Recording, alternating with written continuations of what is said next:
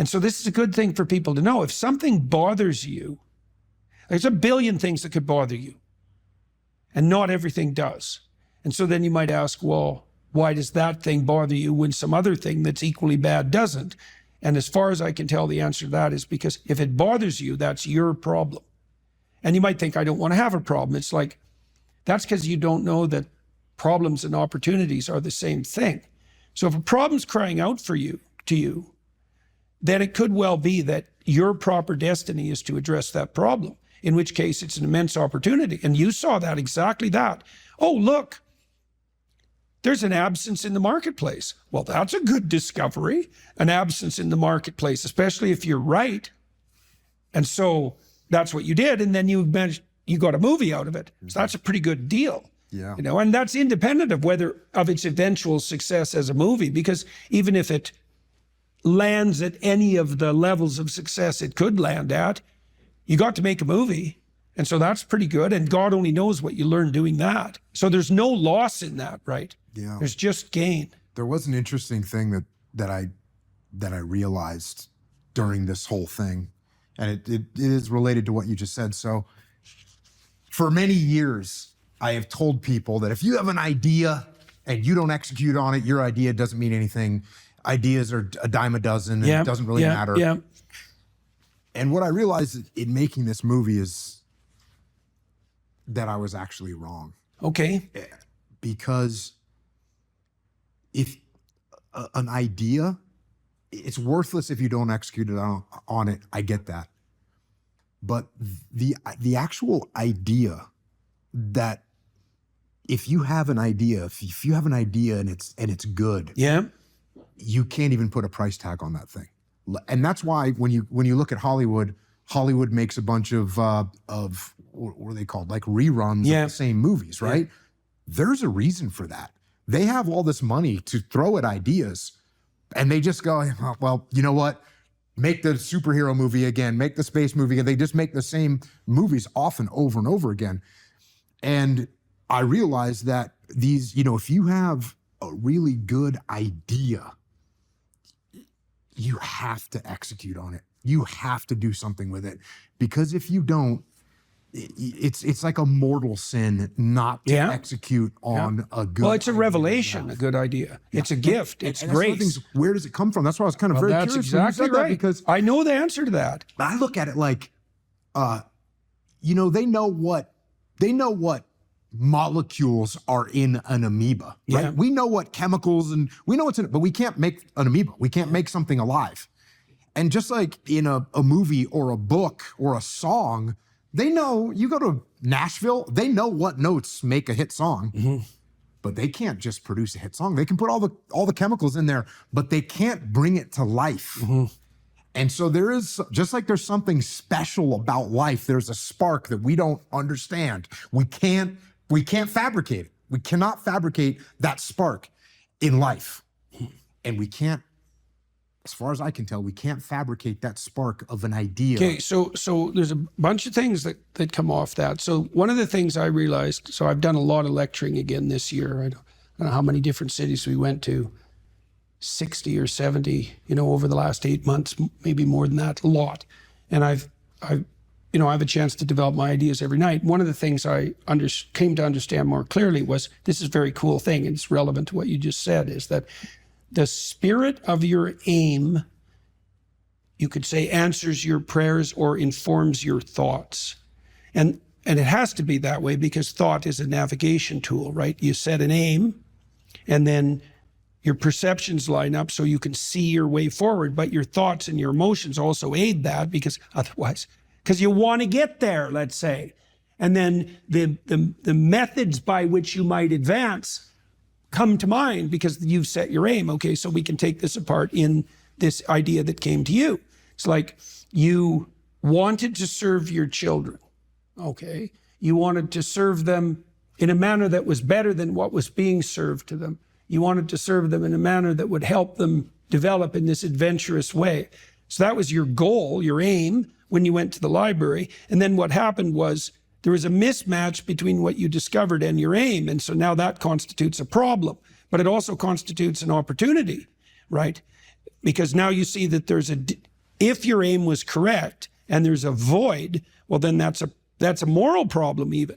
Okay, so now if it's a moral problem because your aim was right and the mechanisms for that aim to be manifested aren't available, well, then that's a genuine gap and it needs to be addressed. And if you figure that out, it's your moral responsibility to do something about it. But it's also your great opportunity. Okay, so there's that. So that's what you're serving. If your aim is correct and true, and you have a revelation in relationship to that aim, and you don't act on it, you've thrown away the pathway to that aim, and you've betrayed it. That's not a good idea. But even more concretely, one of the things my wife has really learned to do in the last 2 years, she started to write and she started to speak publicly because she introduces me and talks for about 10 minutes. And she's learned during our discussions, our private discussions, let's say, if an idea emerges, she writes it down right away, no matter what we're doing, right? The idea comes, you write that thing down because it's a gift and God only knows what it's worth. You know, you could have a good idea now and then. It might be a good idea that changes your whole life. And you could have that idea and be casual enough to forget it. And that was that. And then you'd wonder why you never got anywhere. It's like, well, you had a gift and you didn't. And then there's another issue too, is the things that meet with reward grow. That's a neurological truth. That's how large language models are trained. They're trained with reinforcement. The closer they get to the target, the more weight is put on that response. So it's literally reward that trains large language models to match to target. Well, if you have a bit of a creative spark and ideas are being revealed to you in concordance with your aim, and then you don't act on those, you punish them. You punish the source of the ideas. Just like demoralizing a kid. Like if a kid comes to you with ideas and every time they come, you say, oh, that's stupid, or what the hell do you know? Or you say, I'm going to do something about that, and then you don't. That kid will stop coming to you with ideas. Mm-hmm. And people do that to themselves all the time. Yep. And so you even have an obligation to you can watch this, you know. This is what I've been trying to teach people too, is if you want to improve your life, it's like, well, set that as an aim. I'd like things to be better. And then ask, what could I actually do that would move me somewhat in that direction? You'll get an answer. That's a good way to pray. That's a good way to pray. And I've experienced two things here, and these are like the opposite ends of the spectrum. And this is, I think, a very positive thing for people to hear. If I was a young person, I would really like to hear this. So there are going to be times like you're talking about with your wife where all of a sudden from nowhere, or from somewhere, but somewhere that we don't know and understand, all of a sudden there's an idea there. The source of all revelation. It shows up. Yeah. It shows up. I've had that happen to me where it's like, boom, I wrote a book called Mikey and the Dragons. That came just boom. I just instantly had this idea. Boom, I wrote the book. Yeah. And I remember when I was an English major in college, and some of the old poets, they would claim that, you know, they just wrote this first, you know, the first draft, that was it. It was one draft, one shot. And there was sort of rumors about these that's not really happened. They found their notes. They'd written a bunch of drafts. But sometimes it's true. Sometimes you will get that inspiration, and it'll come and boom, you're done. Yeah. So you can sit around and wait for that. I don't recommend waiting for that, though. It may or may not come. Yeah. We can't control that. The other side of the spectrum, which I've also had this happen to me, and my silly term that I came up with for it is squeezing your brain. You have to like squeeze your brain and squeeze something out of it. And what I like is this idea, just to come full circle a little bit here. You know, I had this thing where I wanted to have lessons for my kids that they could read in a book. Yeah. And so I have that. There's my aim, what you would call an aim. Yeah. Well, I didn't immediately say, oh, okay, what I can have as a kid that's going through kind of kid problems, and his uncle, who's a Navy SEAL, can come and stay with him for the summer and he can teach him. I didn't have that. And I definitely didn't have the nuances of like, oh, he can get bullied by this kid. And he can time save. That fills in. Right. But I squeezed on my brain and thought, what would be a good, and then all of a sudden, boom, you just start, you find your path, and the story will come, or the idea will come. And well, that's part of that disciplined striving. Yeah. Like I learned when I first started writing, I forced myself to sit and write every day. Yep. And some days I was highly productive, and other days I wasn't so productive. But every day, if I sat long enough, I was a little bit productive. And then I got better at being productive and much better at not delaying sitting down. That took a long time, really years, to really get disciplined. I'm still learning that discipline, right? I mean, How long do you write for at a time? I max out about 3 hours. Okay. I find that if I write more than 3 hours continually, I get exhausted. So 3 hours is about right. And I've learned tricks like at the end of the writing session, write down what you're thinking so you can use that the next day and do it every day and so on. And I've got to the point now where I can write a newspaper article, a good newspaper article, pretty much in one draft, but that's taken 35 years of writing to manage that.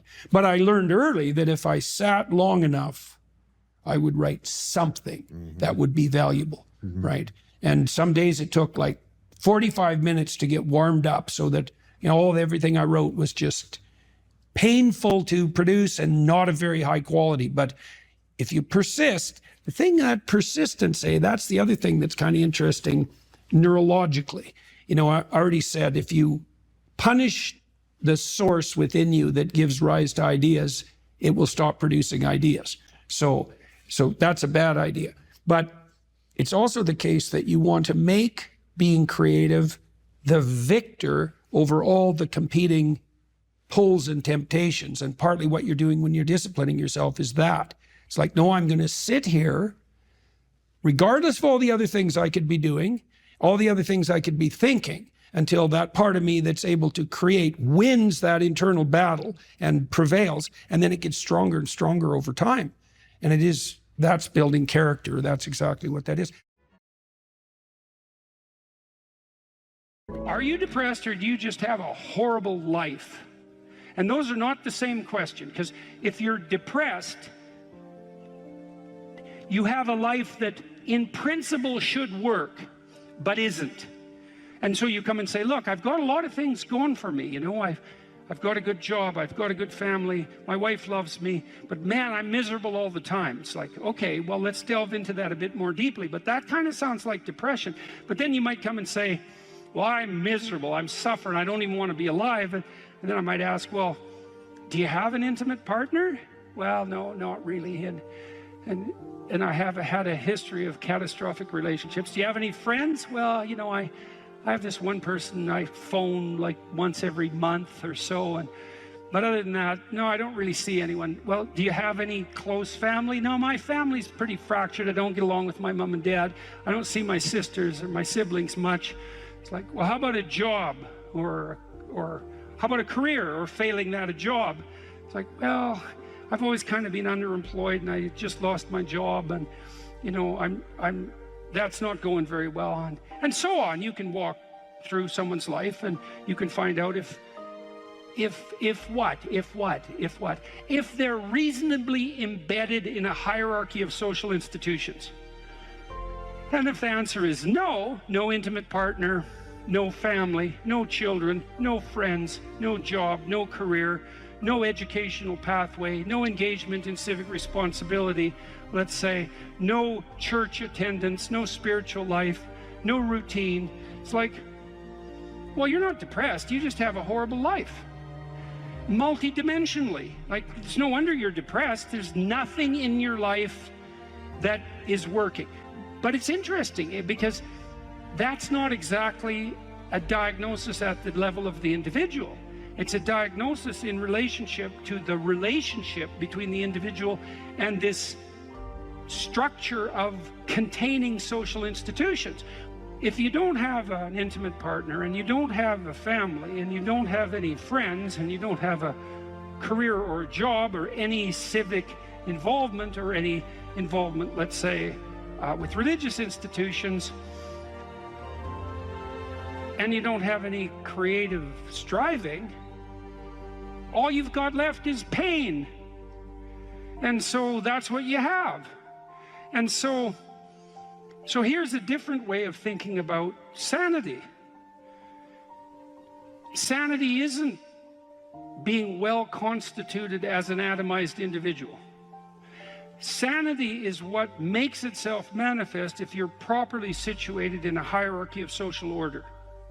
To be well constituted, you have to be a harmonious player in a multidimensional symphony in some real sense of social interaction. It's very hard to stay on the straight and narrow without a partner who doesn't share your blind spots, correcting you constantly. You know, now that's annoying. There's a tussling about it, right? There's a fractious and adversarial element to that, because if you're married, you don't see eye to eye, and thank God for that, because sometimes in your foolish insistence on being right, you're wrong, and wrong in a way that'll take you out. And so you better have a partner who doesn't think the same way you do. And fortunately, if you have a partner, you have a partner who doesn't think the same way you do. And so if you can get the dialogue flowing, then that's a mutually corrective mechanism. And so then you might say, well, the truthful dialogue between partners in a marriage is actually, it's the process by which sanity itself is generated. And I mean technically, it's like you're too complex to regulate yourself, period. And so you need other people to help you do that. So if you have a wife or a husband, someone who knows you and is there for the long run, they can help, you can help each other find the meaningful path and stay on it. And you can't do that alone. And probably just having a partner isn't enough. You need kids, likely, to keep you sane or to drive you crazy, depending on the nature of your children. Let's say you need family, you need your parents, you need your siblings, you need another community around you that's not merely your wife, because you're so crazy that it takes a village to keep you sane. And so, and then surrounding that more intimate web of kinship, you need friends. And friends keep you sane. Well, how? Well, you have to act in a manner that makes them want to be around you to have friends. And that means that to maintain your friendships, you have to be saner than you really are, right? You have to be, they have to be able to enjoy their time with you. If you practice forthright and voluntary exposure to that which terrifies and dismays you, it transforms you. And we really know this as psychologists. We even know there's more and more evidence suggesting, for example, that if you imagine you adopt this attitude of voluntary confrontation, that changes you psychophysiologically. So much of the biochemistry of motivation and emotion is transformed when you take a stressor which could be oppressive and paralyze you and cause you to withdraw, and you reverse that and you decide to advance. It's like a different spirit inhabits you. And I mean this physiologically. There's a whole different pattern of being that makes itself manifest in you neurologically and psychophysiologically and pharmacologically. So you take it on as a challenge, right? And that transforms you at a cellular level too, because one of the things we've discovered in recent years is that if you do something new and complex, then that turns on that parts of your DNA that haven't produced proteins before will start producing new proteins and reconstruct you from the cellular level up. So it's a deep transformation, and we have no idea how deep. And again, you could ask yourself, if you didn't withdraw in fear from anything from everything that life threw at you, who could you become? And I would say that's the central religious question in some real deep sense. You know, are more things thrown at us than we can manage?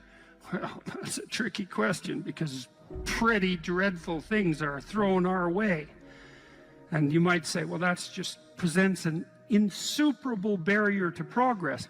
That's not very helpful, because you're alive, here you are, you got these problems to contend with, and if it's an impossible task, then how could you be anything but hopeless and desperate? But then you think, well, wait a second, how would things transform if I took this on as a voluntary adventure?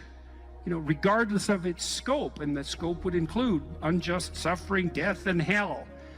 And that's not just some religious or metaphysical vision. It's like, no, you're actually going to have to contend with that in your life, in whatever way those things make themselves manifest to you personally. That's coming, man. And so maybe you better get prepared.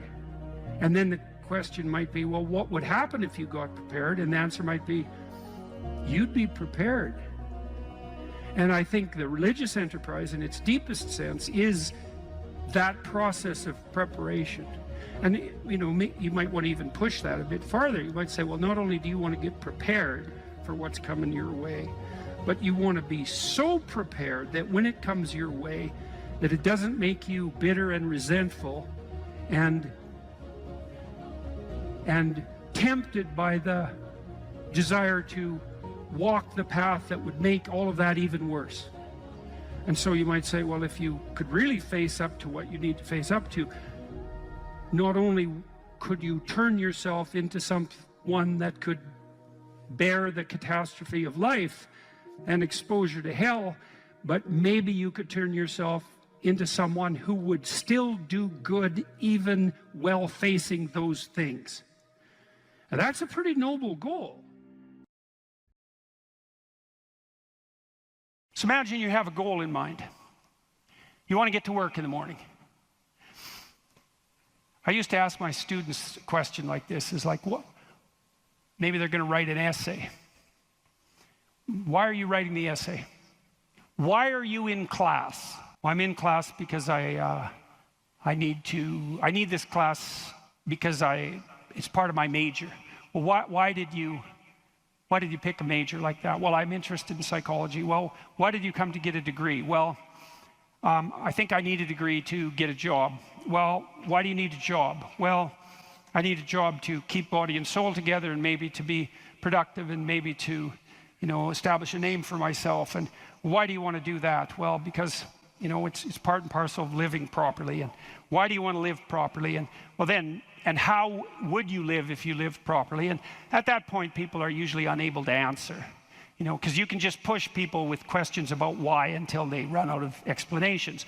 But the point is that you're always doing whatever you're doing because what you're doing is nested in a sequence of goal-directed actions. And those can be more or less sophisticated. If you're not very sophisticated at all, the nesting might be like 2 structures deep. You know, maybe you're, I don't know, you're bored and you want to go get drunk, you know, and why? Well, because you don't want to be bored. And if someone pushes you a little farther than that, you hit them.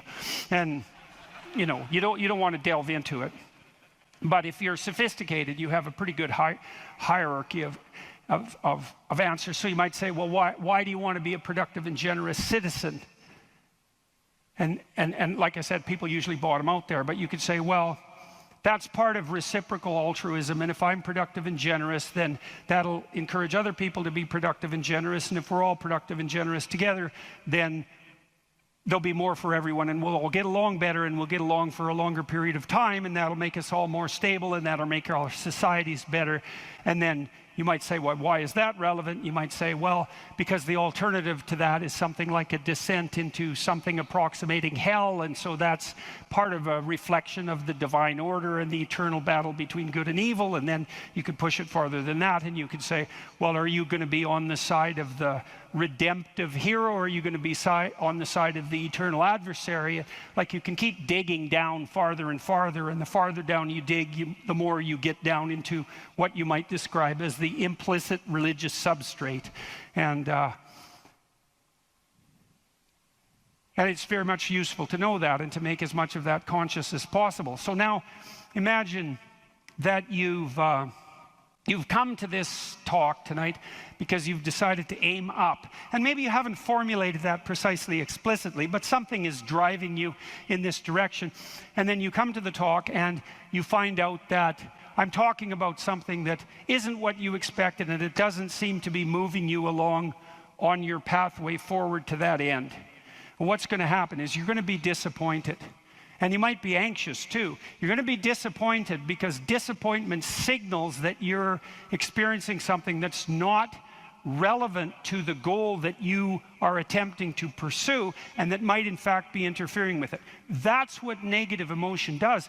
And maybe if you're disappointed in what I say, that also makes you anxious because you assumed that you would come here and I would say something relevant, because you assumed that you knew who I was, and then it turned out that I didn't, and then you don't know who I am, and then you don't know what you're doing here, and then you get anxious. And the reason you get anxious is because that's what anxiety is for. It tells you when the pathway to your goal has been disrupted, so multiple pathways have now emerged. So imagine you're driving your car to work and it quits. And what happens is you get anxious. And the reason you get anxious is because, well, you were beetling along quite nicely in your world, and everything was reduced to like a unidimensional simplicity. You weren't in a car as an object, you were in a thing that took you to where you wanted to go, and it was just doing what it was supposed to be doing, tracking you along the pathway to your goal. And then it fails and you're off on the side of the road, and you get anxious because how the hell are you going to get to work? And what if you don't get to work? And is your boss not going to be very happy with you? And maybe this is the third mistake you've made this week. And what if you get fired? And weren't you an idiot for buying this car? Maybe you shouldn't have a car at all. Maybe you should have walked to work. And maybe you should take a bicycle, because after all, that would save the planet. And and maybe now you have to take your car to a mechanic, but the last time you went to the mechanic, you got ripped off because you're too stupid about vehicles to manage one, and you're kind of stupid about technology in general. And aren't you stupid? And maybe you're too stupid, and isn't your wife going to?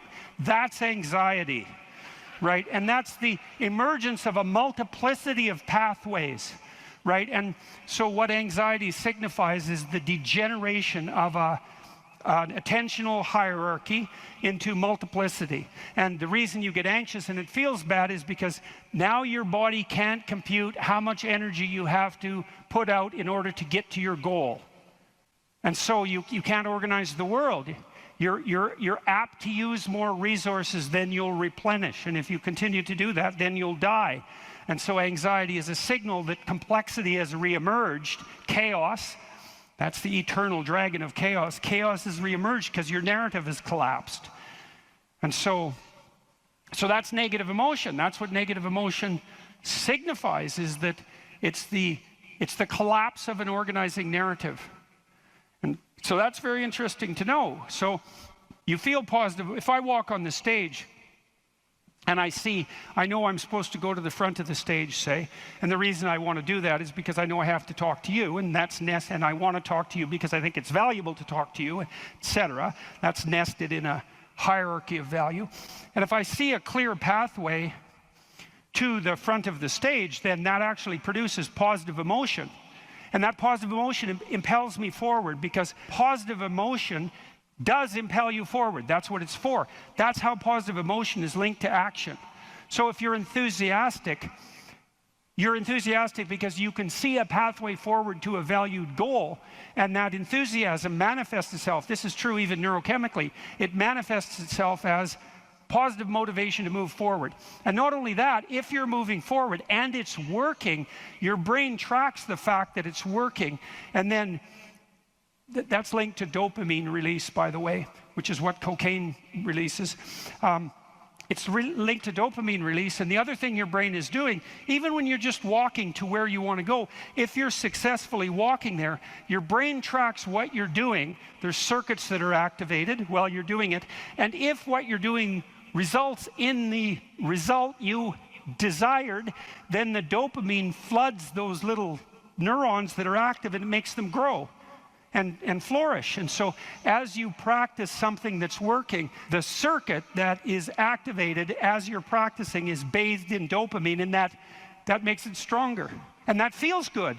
It's growth. It's part of positive emotion. And so the positive emotion moves you forward, but also encourages you to develop a habit of that practice. And so one of the things I would bloody well say is, don't make a habit of pursuing things that aren't good for you, because you build that into you. That's what happens if you become addicted to something, You build a little monster inside you that's grown. It's there. It's after one goal, despite everything else. Not a good outcome. So now positive emotion also signals the fact that it's also an energy conservation observation. So as I move forward towards my goal, with each step I take, it's going to take less energy to get to the goal. And so that means that positive emotion signifies, what would you say? It signifies the increasing efficiency of your action as you move towards a goal.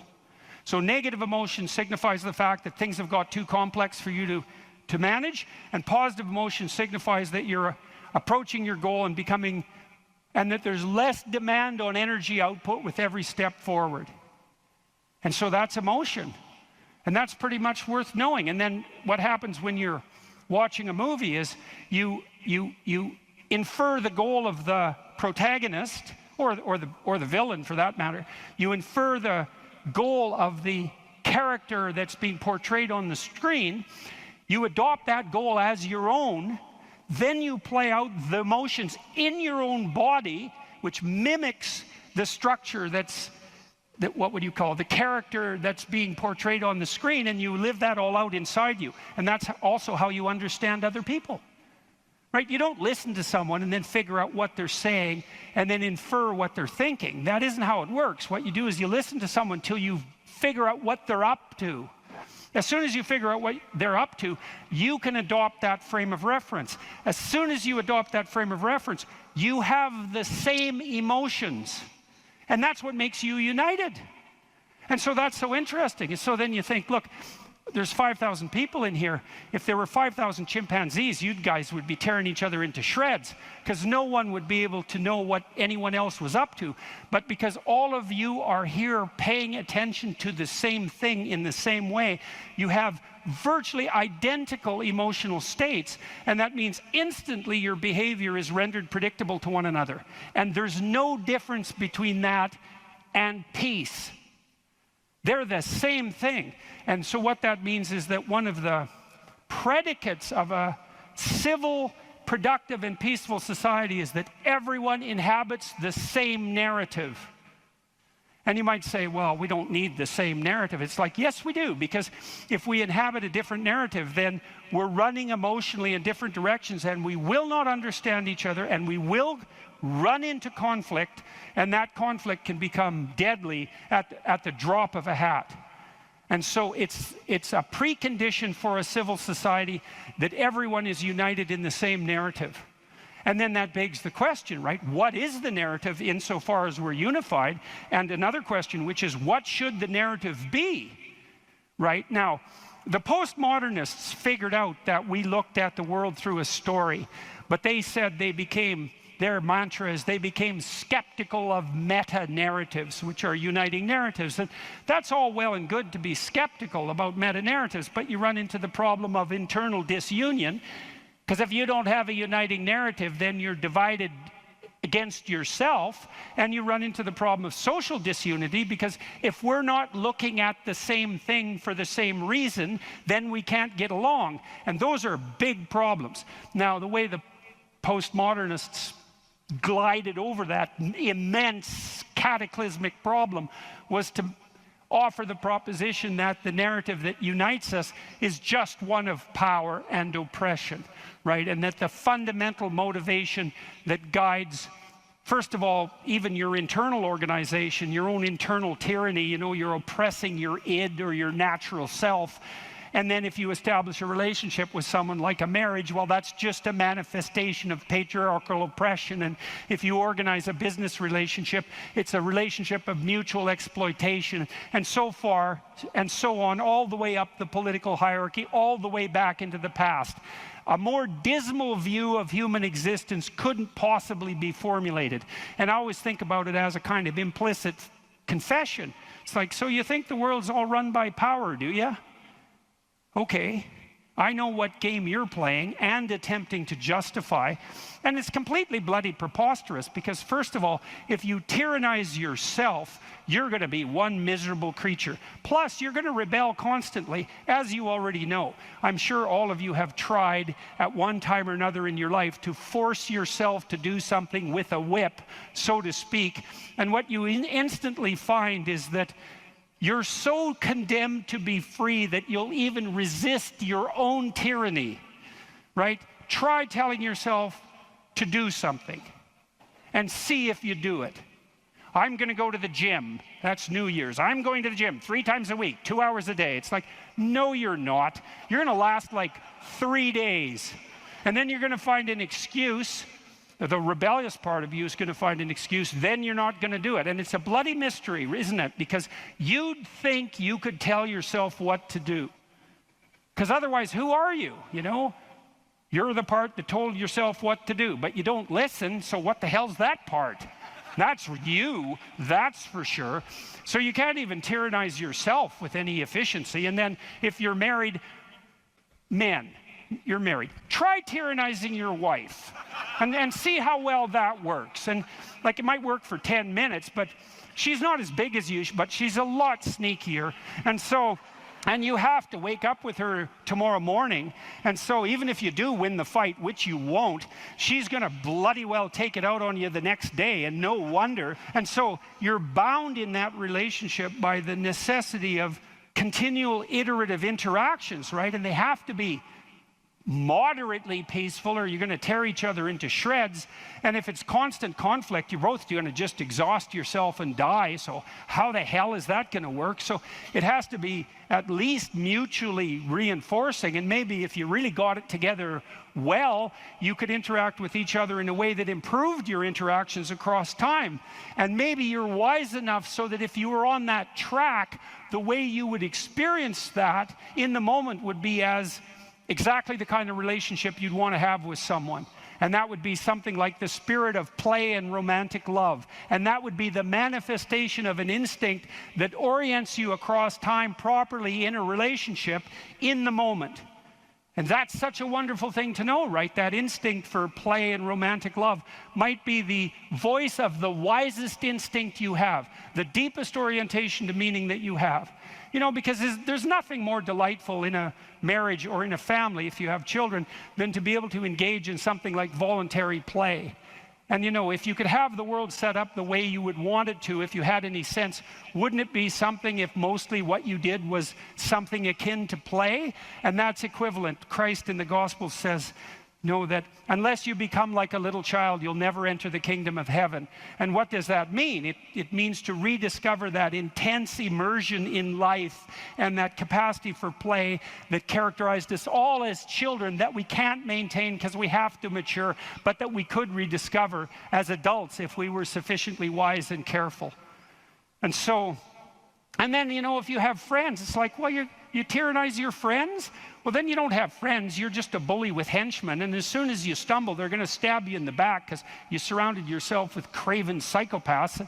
They're just going to wait for the moment to take you out.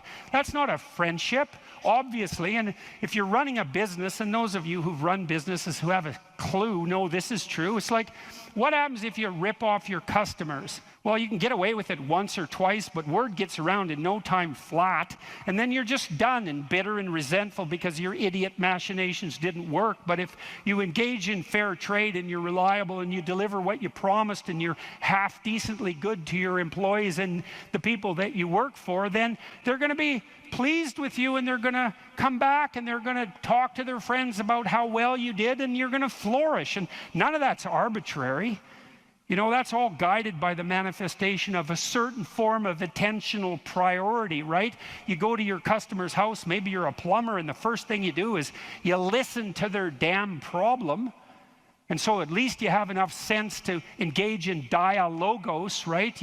You actually want to hear what the problem is, and then you actually want to solve it. And if you do that with some diligence, they're going to be pleased with you because they don't want sewage all over the rug. And so your interests are aligned, and if you offer what you promise, then you're going to evoke positive emotion in them and quell their anxiety, and that's exactly the service that you're offering. And so that means you're acting out the proper story. You're productive and generous and honest, and there's nothing arbitrary about that as a ethos that unites you internally and that also makes it possible for you to exist in a peaceful and productive society.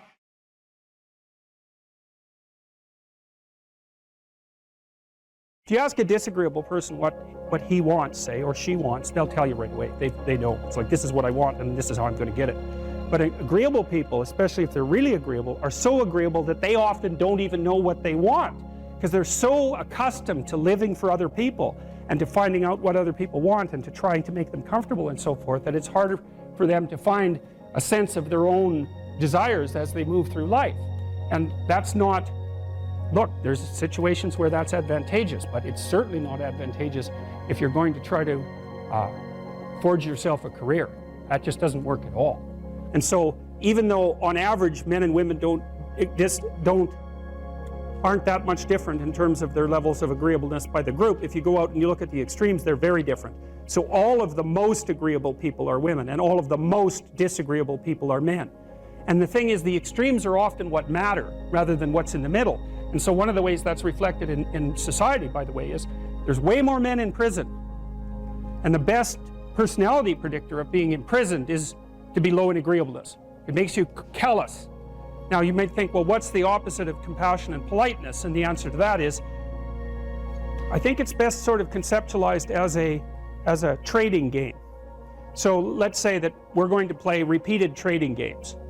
And if you're very agreeable, then you're going to bargain harder on my behalf than you're going to bargain on your own behalf.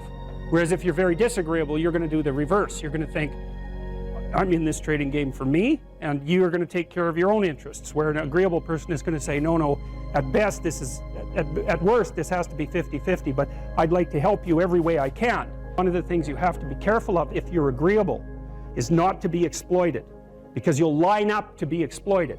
And I think the reason for that is because you're wired to be exploited by infants.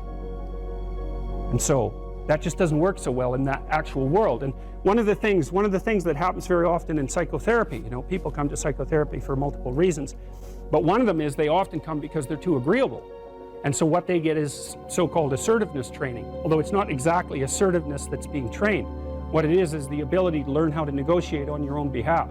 And one of the things I tell agreeable people, especially if they're conscientious, is say what you think. Tell the truth about what you think. There's going to be things you think that you think are nasty and harsh, and they probably are nasty and harsh, but they're also probably true. And you need to bring those up to the forefront and deliver the message. And it's not straightforward at all, because agreeable people do not like conflict. Not at all. They smooth the water. And you can see why that is in accordance with the hypothesis that I've been putting forward. You don't want conflict around infants. It's too damn dangerous. You don't want fights to break out. You don't want anything to disturb the relative peace.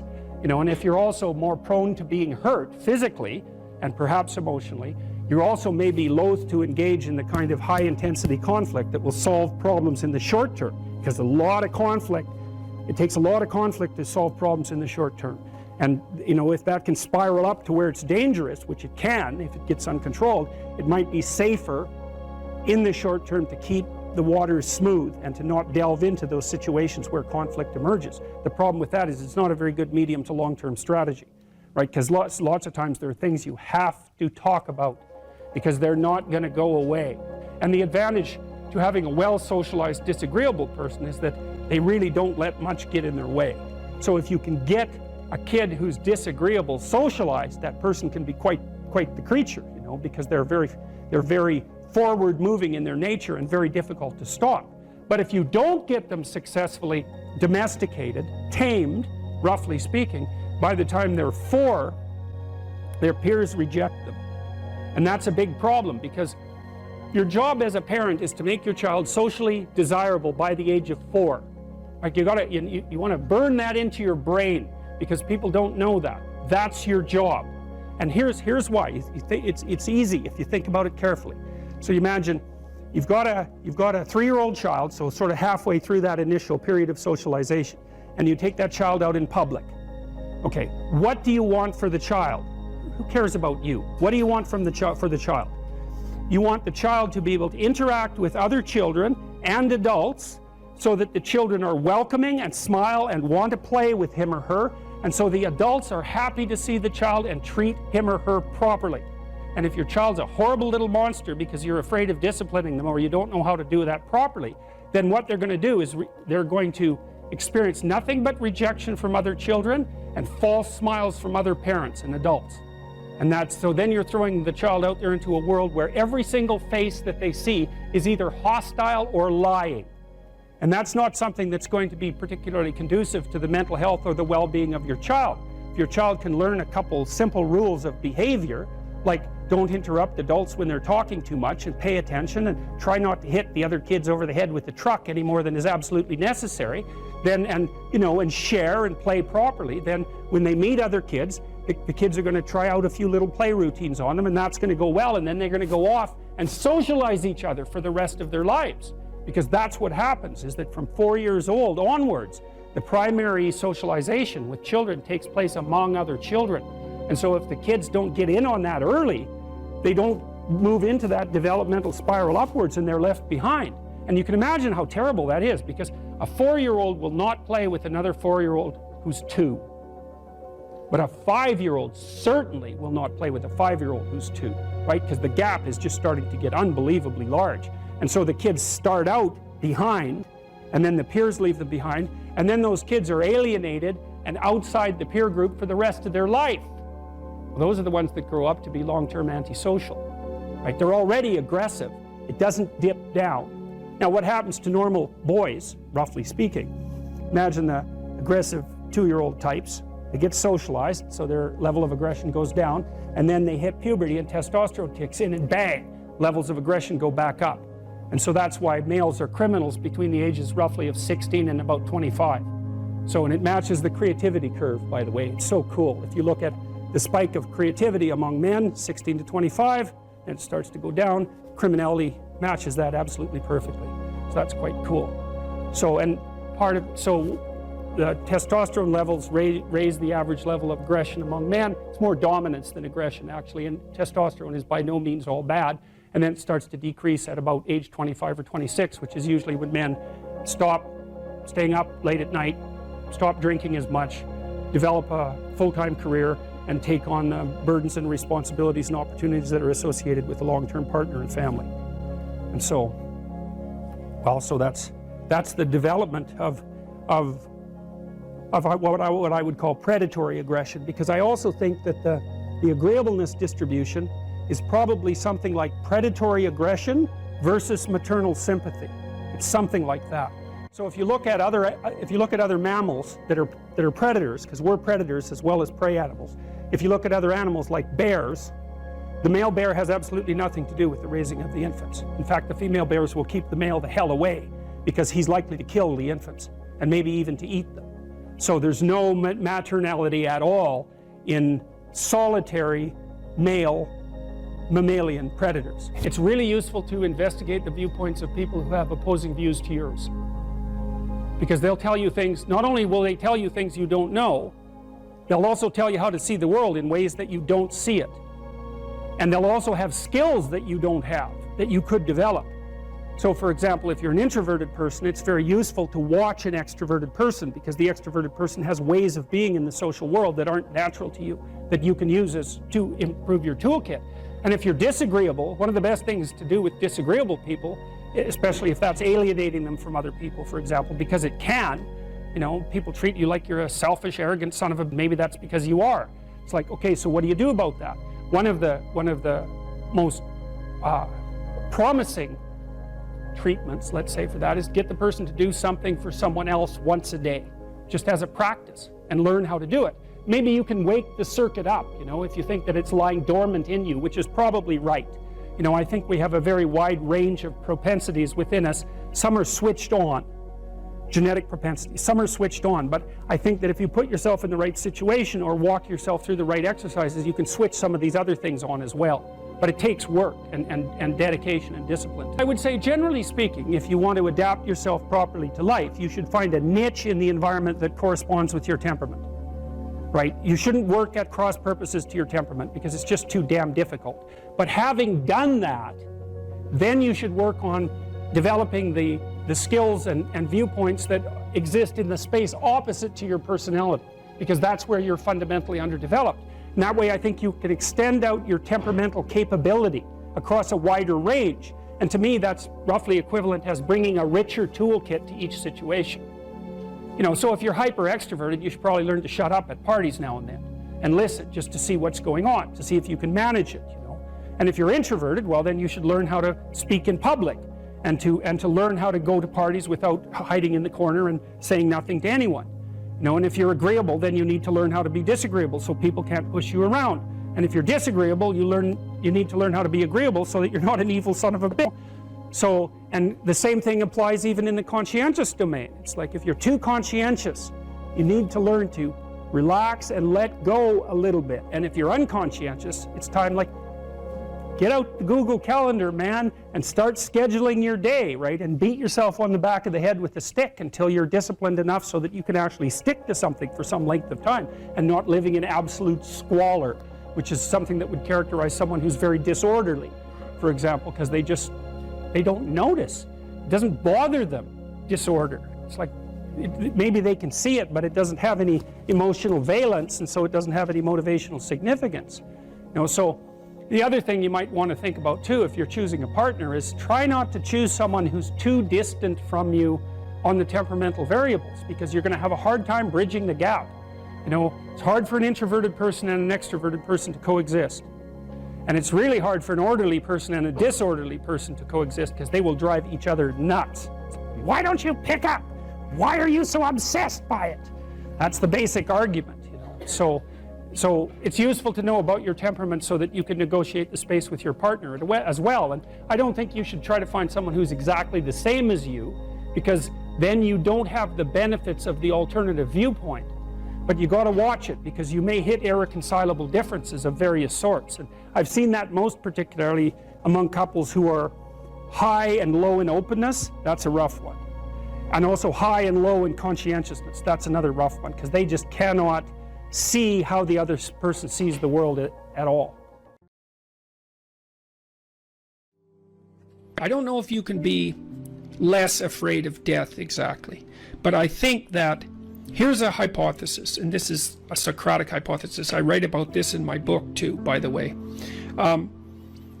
Maybe if you live your life thoroughly, right? You take use of the advantages, make use of the advantages that are put in front of you, make use of your talents, say yes to things, tell the truth, like stand up and get at it, assuming that you can do that, you know, because some people are very ill and hurt, but assuming you can do that, I think the only way to combat fear of death is to live fully.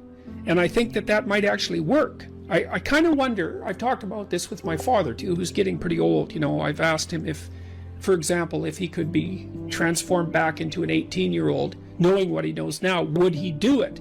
And he was ambivalent about that. You know, he didn't say no, but he didn't say yes. And we talked about this idea that if you lived your life fully, you know, maybe that would be good enough. Because, you know, I loved having kids, but I don't feel that I would have kids again, you know, because in some sense I've already done that. And so maybe there's a set number of adventures that you have to go on in your life. Let's say you have to be married, you have to have kids, you have to have a career, you have to have friends, you have to have something useful to do with your time outside of work. Those are all things that are covered in the Future Authoring Program, by the way. Maybe if you do all those, it's like, that's good enough. You've had your life and that's enough. I mean, I don't know. 10 years ago, I thought, you know, if I could extend my life radically, then I would. And I'm not so sure about that now that I'm 55, you know, I'm getting older. I kind of have a suspicion that you might come to an end, you know? That's what it looks like. I mean, I don't want that to be soon, but maybe you exhaust yourself in your life, you know, maybe you can, so that there's nothing left of you, really. Do you worry that your fame traps you into the person that you were before? Yeah, well, even Elvis became an Elvis impersonator by the time he died. Yeah, do you fear that you have become a Jordan Peterson impersonator? Do you fear of, in some part, becoming the famous suit-wearing, brilliant Jordan Peterson? The certainty in the pursuit of truth, always right. I think I worry about it more than anything else. I hope I do. I better. Has fame to some degree, when you look at yourself in the mirror, in the quiet of your mind, has it corrupted you? No doubt, in some regard. I mean, it's a very difficult thing to avoid, because things change around you. People are much more likely to do what you ask, for example, right? And so that's a danger, because one of the things that keeps you dying properly is that people push back against you optimally. This is why so many celebrities spiral out of control, especially the tyrannical types that, say, run countries. Everyone around them stops saying, yeah, you're deviating a little bit there. They laugh at all their jokes. They open all their doors. They always want something from them. The red carpet's always rolled out. It's like, well, you think, wouldn't that be lovely? It's, well, not if the red carpet is rolled out to you while you're on your way to perdition. That's not a good deal. You just get there more efficiently. And so one of the things that I've tried to learn to manage is to have people around me all the time who are critics, who are saying, yeah, I could have done that better, and you're a little too harsh there, and you're alienating people unnecessarily there, and you should have done some more background work there. And I think the responsibility attendant upon that increases as your influence increases. And as your influence increases, then that becomes a lot of responsibility. And then maybe have an off day. And here's an example. I've been writing some columns lately about things that perturb me, like the forthcoming famine, for example. And it's hard to take those problems on. It's difficult to take those problems on in a serious manner, and it's frightening. And it would be easier just to go up to the cottage with my wife and go out on the lake and watch the sunset. And so I'm tempted to draw on anger as a motivating energy to help me overcome the resistance to doing this.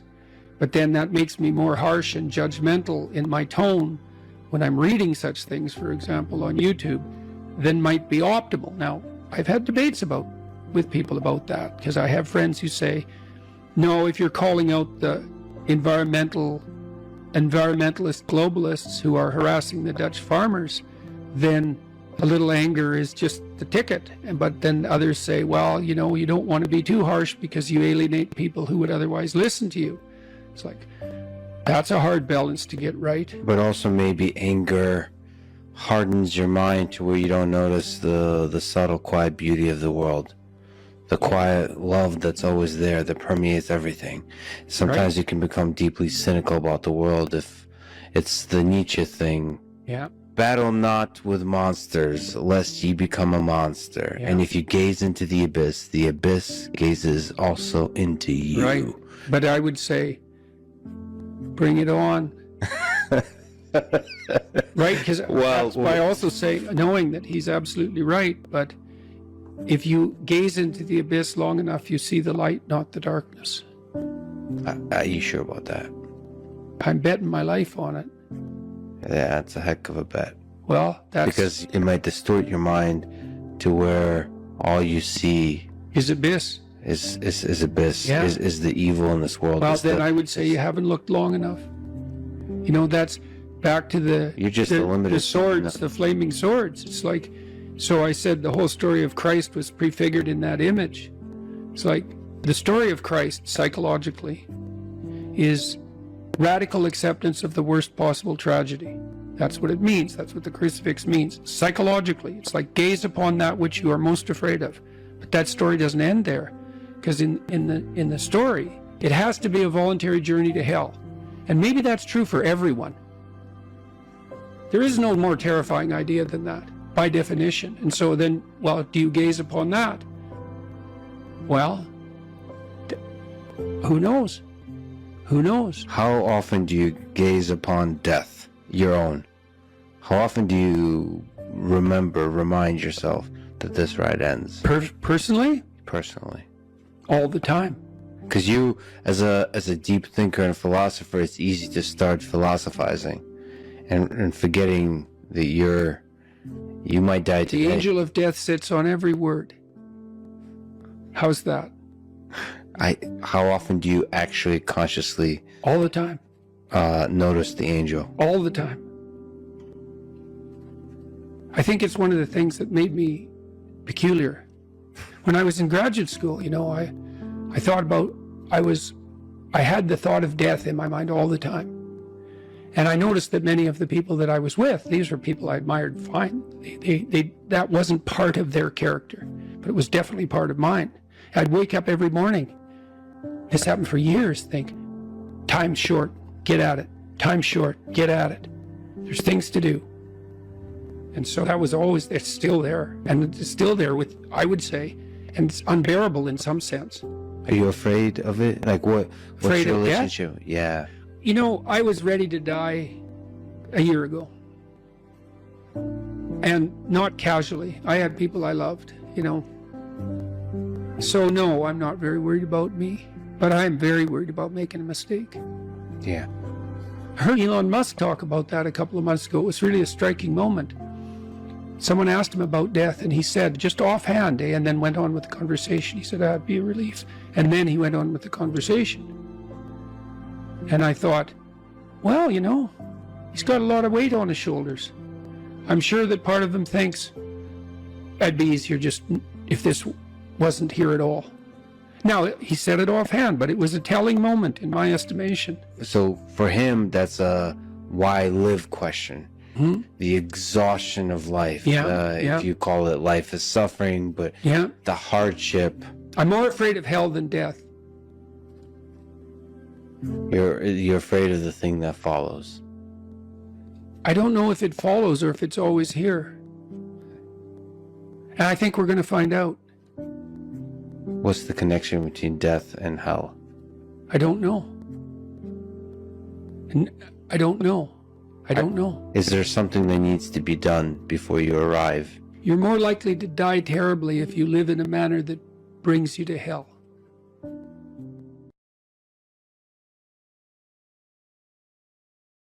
What steps should someone take to start developing delayed gratification when they constantly give in to instant gratification? Well, okay, imagine, I know the answer to this to some real degree because I had graduate students in particular who I picked because they were very smart and often very creative, but sometimes they weren't very conscientious. So they had a hard time delaying gratification. And so, well, I would say, if you would like to discipline yourself, which is a very good idea, you need to pick a direction. Pick a direction you want to go first. Pick a goal you would like to attain. And a medium to long-term goal. You might imagine something you need and want, some attainment that would motivate, whose pursuit would motivate you. And you can ask yourself that. It's a good question to ask yourself in general, you know. This is a very good question to ask yourself is, if you could have what you needed and wanted, what would that be? And that's a meditative question. You don't want to force an answer out of yourself. You want to ask yourself that like you would ask someone else. If I could have what I wanted, what would that look like? And you can ask yourself that in a more differentiated way. If I could have the relationship that I needed and wanted, if I could have the friendships, if I could have the job or career, if I could have the educational pathway, if I could adopt civic responsibility in an optimized manner, if I could engage in some creative enterprise, if I took care of myself properly, if I regulated my susceptibility to temptations, what would that look like if it was optimized? And then that sets you up a goal that has some motivational force. This is worth doing. And then you might find, well, you don't do it anyways. And then I would say, well, that's because you're biting off more than you can chew. The next goal is to take your goal and to fragment it into micro goals until you find a micro goal that's small enough that it still presents some challenge that you will do. And so I've become, one of the things I'm known for, I suppose, is my advice to people to clean up their rooms. And the people who think I'm their enemy laugh about that rule. because of its simplicity, let's say. But the only reason they think it's simple is because they've never tried it. It's actually extremely difficult. And it was very frequently the case that, well, it's very difficult to put your room, your office, your bedroom in order. I mean, you think about your bedroom, hypothetically, let's say you're married, you share that room with someone else. Is your bedroom in order? Really? And I don't just mean, you know, is it neat? Maybe it's too neat. Maybe it's too orderly. Maybe it's too sterile. Maybe it's too bare. Maybe that characterizes your whole bloody relationship. Maybe, really? And maybe that is genuinely reflected in the state of your room, because it's very probable that that room is a microcosm of your marriage. It's highly probable. And so what that would mean is to organize that room would require the organization of your marital life, not least because if you want to put that room in order, you're going to have to negotiate with your wife about how that's going to be done.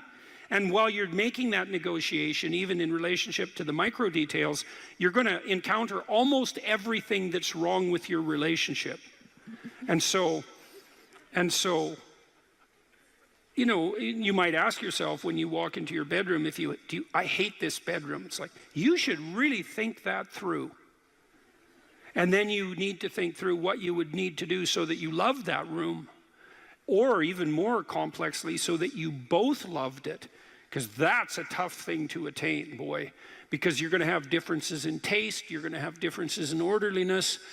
There's all sorts of things that you're going to have to negotiate in order to make that room you both inhabit jointly desirable. Anyways, you set yourself a goal, ask yourself what goal you want to set, and then break the goal down into steps that are small enough so that even someone as pathetic as you could manage them. And that requires a tremendous humility. I know it was frequently the case, for example, with my clients, that I would do an analysis of their situation in life, and let's say, just for the sake of argument, that someone was 30, living at home, in the bedroom they grew up in high school, in a complete bloody state of disorder, both moral and practical. And one of the relatively simple steps that we might agree upon with regards to moving forward is the person might think, well, you know, I'm 30, I'm really immature, I haven't taken any responsibility for my life, my mother still makes my bed and cleans up after me. It's like, well, why don't you just start with that?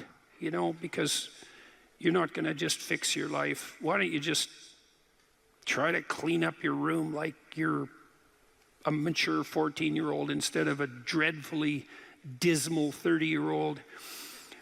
And so, first of all, it's really hard for someone, even if they're desperate, to admit that that's necessary, right? Because it's so bloody humiliating. I mean, really, I'm so damn useless that my basic goal is going to be to clean up my bedroom. It's like, well, looks like it.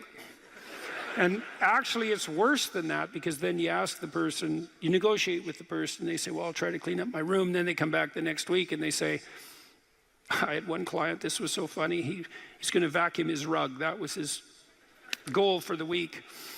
He just had a child out of wedlock, and he was afraid that he was going to be a very bad father, which was a very realistic fear. And so he wanted to put himself together, you know, and so that's why he came to see me. And he lived in this squalor, and one thing we decided to do was that he could vacuum the rug, which he hadn't done for like 12 years because his mother would do it. And so it was so funny, it's so unbelievably comical. He went and got the vacuum, a stand-up vacuum, an upright vacuum, and he brought it into his room, but he didn't bring it all the way in. He put it in the doorway, leaning like this across the doorway. And then instead of vacuuming his room, he stepped over that bloody vacuum cleaner for a whole week and then came and told me that he couldn't do it. It's like, it's not surprising to me at all, because you think, well, that's such a trivial thing. It's like, if it was such a trivial thing, he'd have a clean room. It's not trivial at all. That chaos in his immediate environment was deeply emblematic of the chaos of his life. They were the same thing. And so for him to even begin the process of bringing order to chaos, which is a divine process, by the way, and the highest moral requirement, he had to be willing to face the catastrophe, the chaotic catastrophe of his life.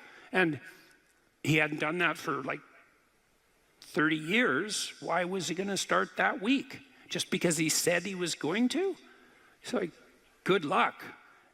So what you do as a therapist in that situation is you just make the task smaller until you find a task so small, but still moving forward, that the person will do. So I might have said, I don't remember the particulars of the situation. I might have said, well, do you think you can get that vacuum cleaner? Do you think you could move it out of the doorway into your room? That's all you have to do this week. Do you think you can do that? And I'd say that and offer that without being contemptuous. Like, you have to be very careful about such things. And I know that this is more complicated than it looks. And I also know that the first step taken towards the domination of chaos and its transformation into order is a cardinal and difficult step. And so you can make it small, and that's fine. It'll still work. So I might say, well, just move the vacuum cleaner inside your room. And then I would also say to someone in that situation, don't do more than that. If the agreement that you've made with me and with yourself is that that's enough, abide by the contract that you've written with yourself and allow yourself to be grateful for the fact that you had the courage to take even a single step forward. And don't push your bloody luck, because maybe you'll have a brief fit and vacuum the whole rug, and then you'll be so annoyed at how you've destabilized your entire life that you'll redouble your attempts to make a mess, and the place will be more like hell than ever for 2 months. It's very probable that that sort of thing will occur if you break the contract you've set with yourself. The upside of this is, because you think, oh my God, that's so dismal, I have to start that low. It's like, yeah, probably, especially if it's a real difficult thing you're trying to sort out. You have to start as low as you are useless, and that's low. So, but the upside is that progress accelerates. It's not linear, and so if you take once you take the first step, the probability that you'll take a slightly larger second step increases, and that increases non-linearly.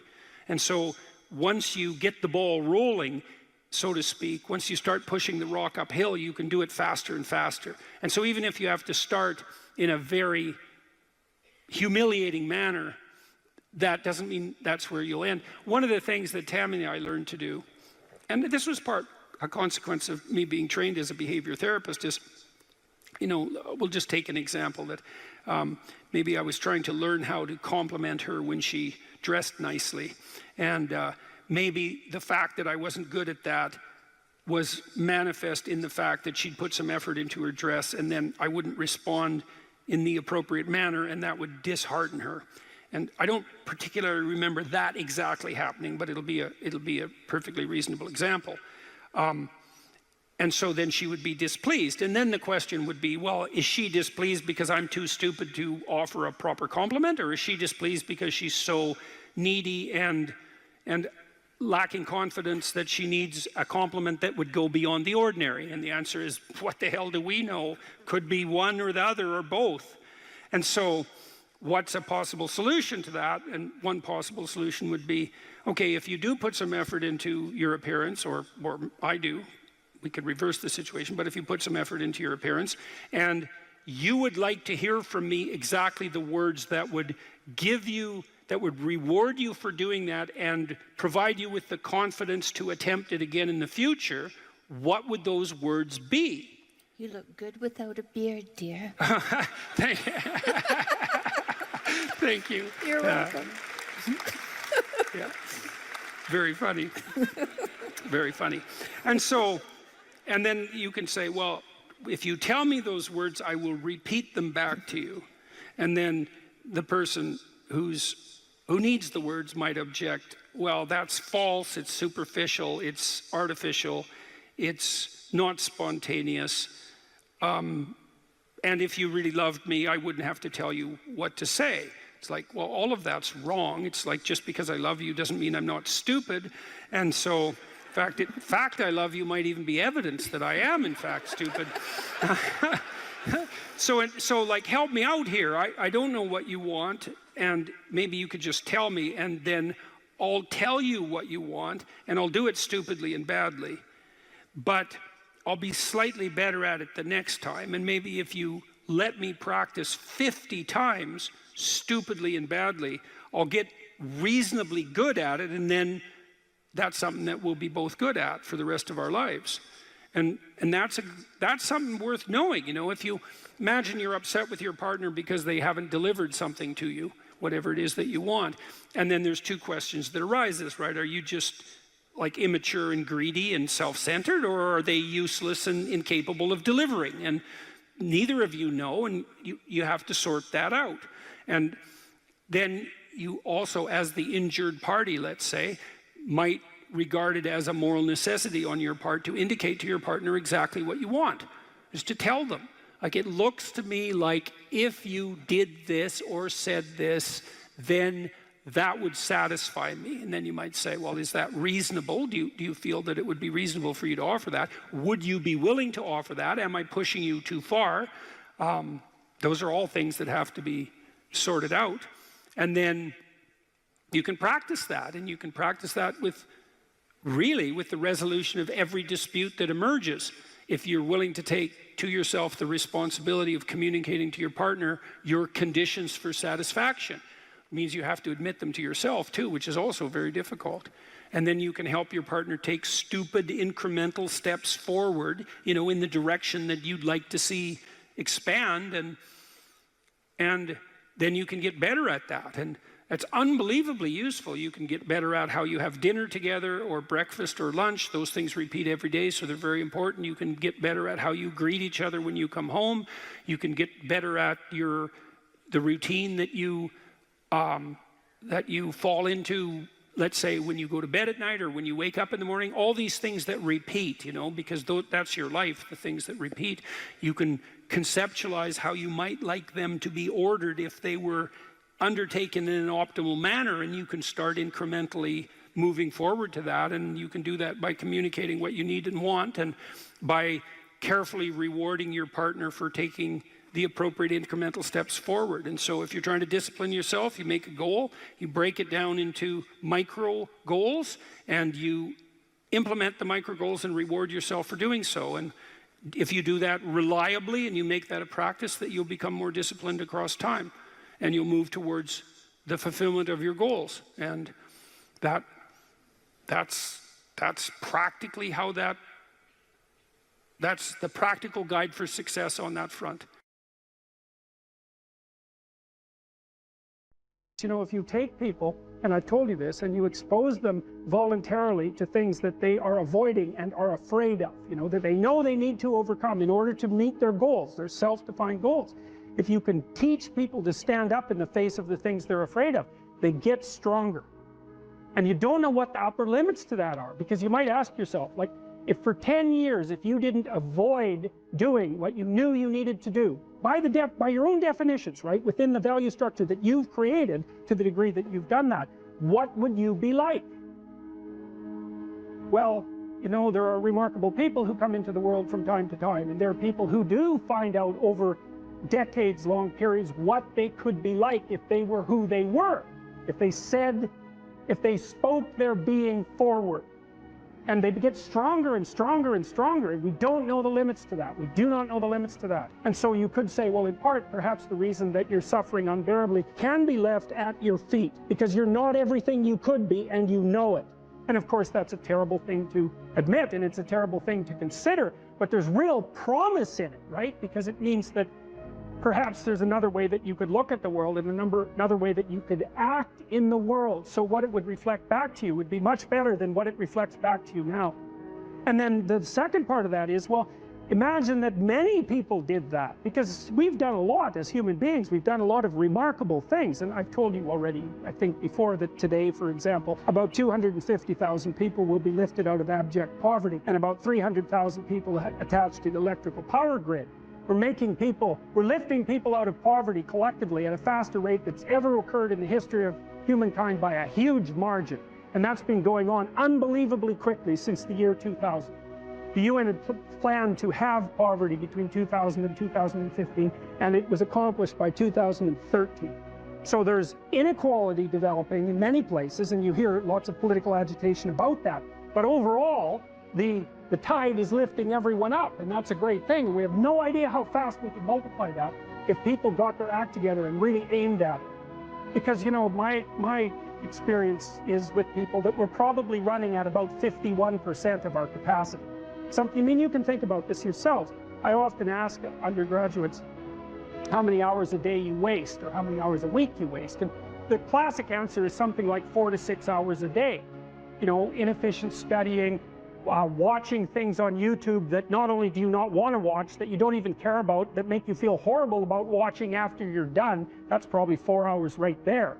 You know, you think, well, that's 25 hours a week, it's 100 hours a month, that's 2.5 full work weeks, it's half a year of work weeks per year. And if your time is worth $20 an hour, which is a radical underestimate, it's probably more like 50 if you think about it in terms of deferred wages. If you're wasting 20 hours a week, you're wasting $50,000 a year. And you are doing that right now. And it's because you're young, wasting $50,000 a year is a way bigger catastrophe than it would be for me to waste it, because I'm not going to last nearly as long.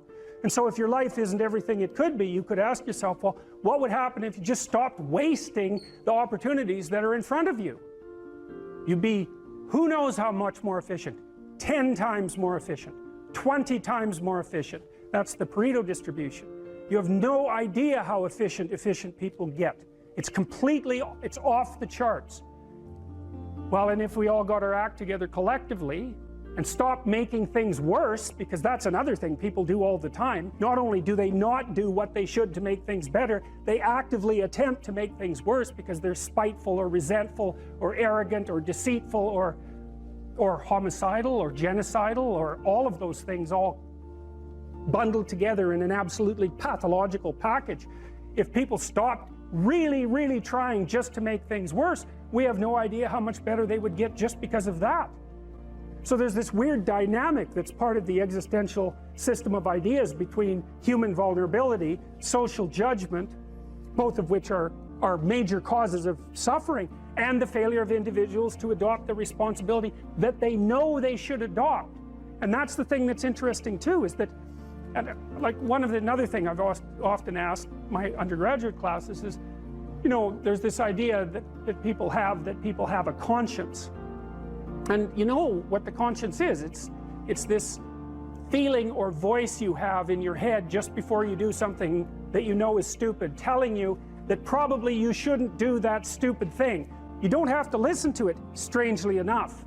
But you go ahead and do it anyways, and then, of course, exactly what the conscience told you was going to happen inevitably happens, so that you feel even stupider about it than you would if it happened by accident. Because you know, I knew this was going to happen, I got a warning it was going to happen, and I went and did it anyways. And the funny thing, too, is that conscience operates within people, and we really don't understand what the hell that is. So you might say, well, what would happen if you abided by your conscience for 5 years or for 10 years? What sort of position might you be in? What sort of family might you have? What sort of relationship might you be able to forge? And you can be bloody sure that a relationship that's forged on the basis of who you actually are is going to be a lot stronger and more welcome than one that's forged on the basis of who you aren't. Now, of course, that means that the person you're with has to deal with the full force of you in all your ability and your catastrophe, and that's a very difficult thing to negotiate. But if you do negotiate it, well, at least you have something, you have somewhere solid to stand, and you have somewhere to live, you have a real life. And it's a great basis upon which to bring children into the world, for example, because you can have an actual relationship with them instead of torturing them half to death, which is what happens in a tremendously large minority of cases. Well, it's more than that too, because, and this is what I'll close with, and this is why I wanted to introduce Solzhenitsyn's writings to you. You see, because it isn't merely that your fate depends on whether or not you get your act together and to what degree you decide that you're going to live out your own genuine being. It isn't only your fate, it's the fate of everyone that you're networked with. And so, you know, you think, well, there's 9 billion, 7 billion people in the world. We're going to peak at about 9 billion, by the way, and then it'll decline rapidly. But 7 billion people in the world, and who are you? You're just one little dust mote among that 7 billion, and so it really doesn't matter what you do or don't do, but that's simply not the case. It's the wrong model, because you're at the center of a network. You're a node in a network. Of course, that's even more true now that we have social media. You'll know 1,000 people, at least, over the course of your life, and they'll know 1,000 people each, and that puts you one person away from 1,000,000, and two persons away from 1,000,000,000. And so that's how you're connected, and the things you do, they're like dropping a stone in a pond. The ripples move outward, and they affect things in ways that you can't fully comprehend, and it means that the things that you do and that you don't do are far more important than you think. And so if you act that way, of course, the terror of realizing that is that it actually starts to matter what you do, and you might say, well, that's better than living a meaningless existence. It's better for it to matter. But I mean, if you really asked yourself, would you be so sure if you had the choice? I can live with no responsibility whatsoever. The price I pay is that nothing matters. Or I can reverse it and everything matters. But I have to take the responsibility that's associated with that. It's not so obvious to me that people would take the meaningful path. You know, when you say, well, nihilists suffer dreadfully because there's no meaning in their life, and they still suffer. Yeah, but the advantage is they have no responsibility. So that's the payoff, and I actually think that's the motivation. Say, well, I can't help being nihilistic. All my belief systems have collapsed. It's like, yeah, maybe. Maybe you've just allowed them to collapse because it's a hell of a lot easier than acting them out.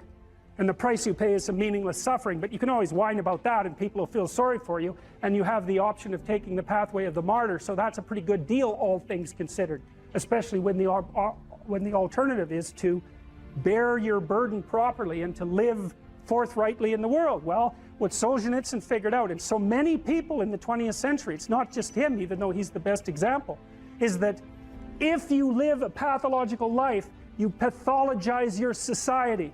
And if enough people do that, then it's hell. Really, really. And you can read the Gulag Archipelago if you have the fortitude to do that, and you'll see exactly what hell is like. And then you can decide if that's a place you'd like to visit, or even more importantly, if it's a place you'd like to visit and take all your family and friends, because that's what happened in the 20th century.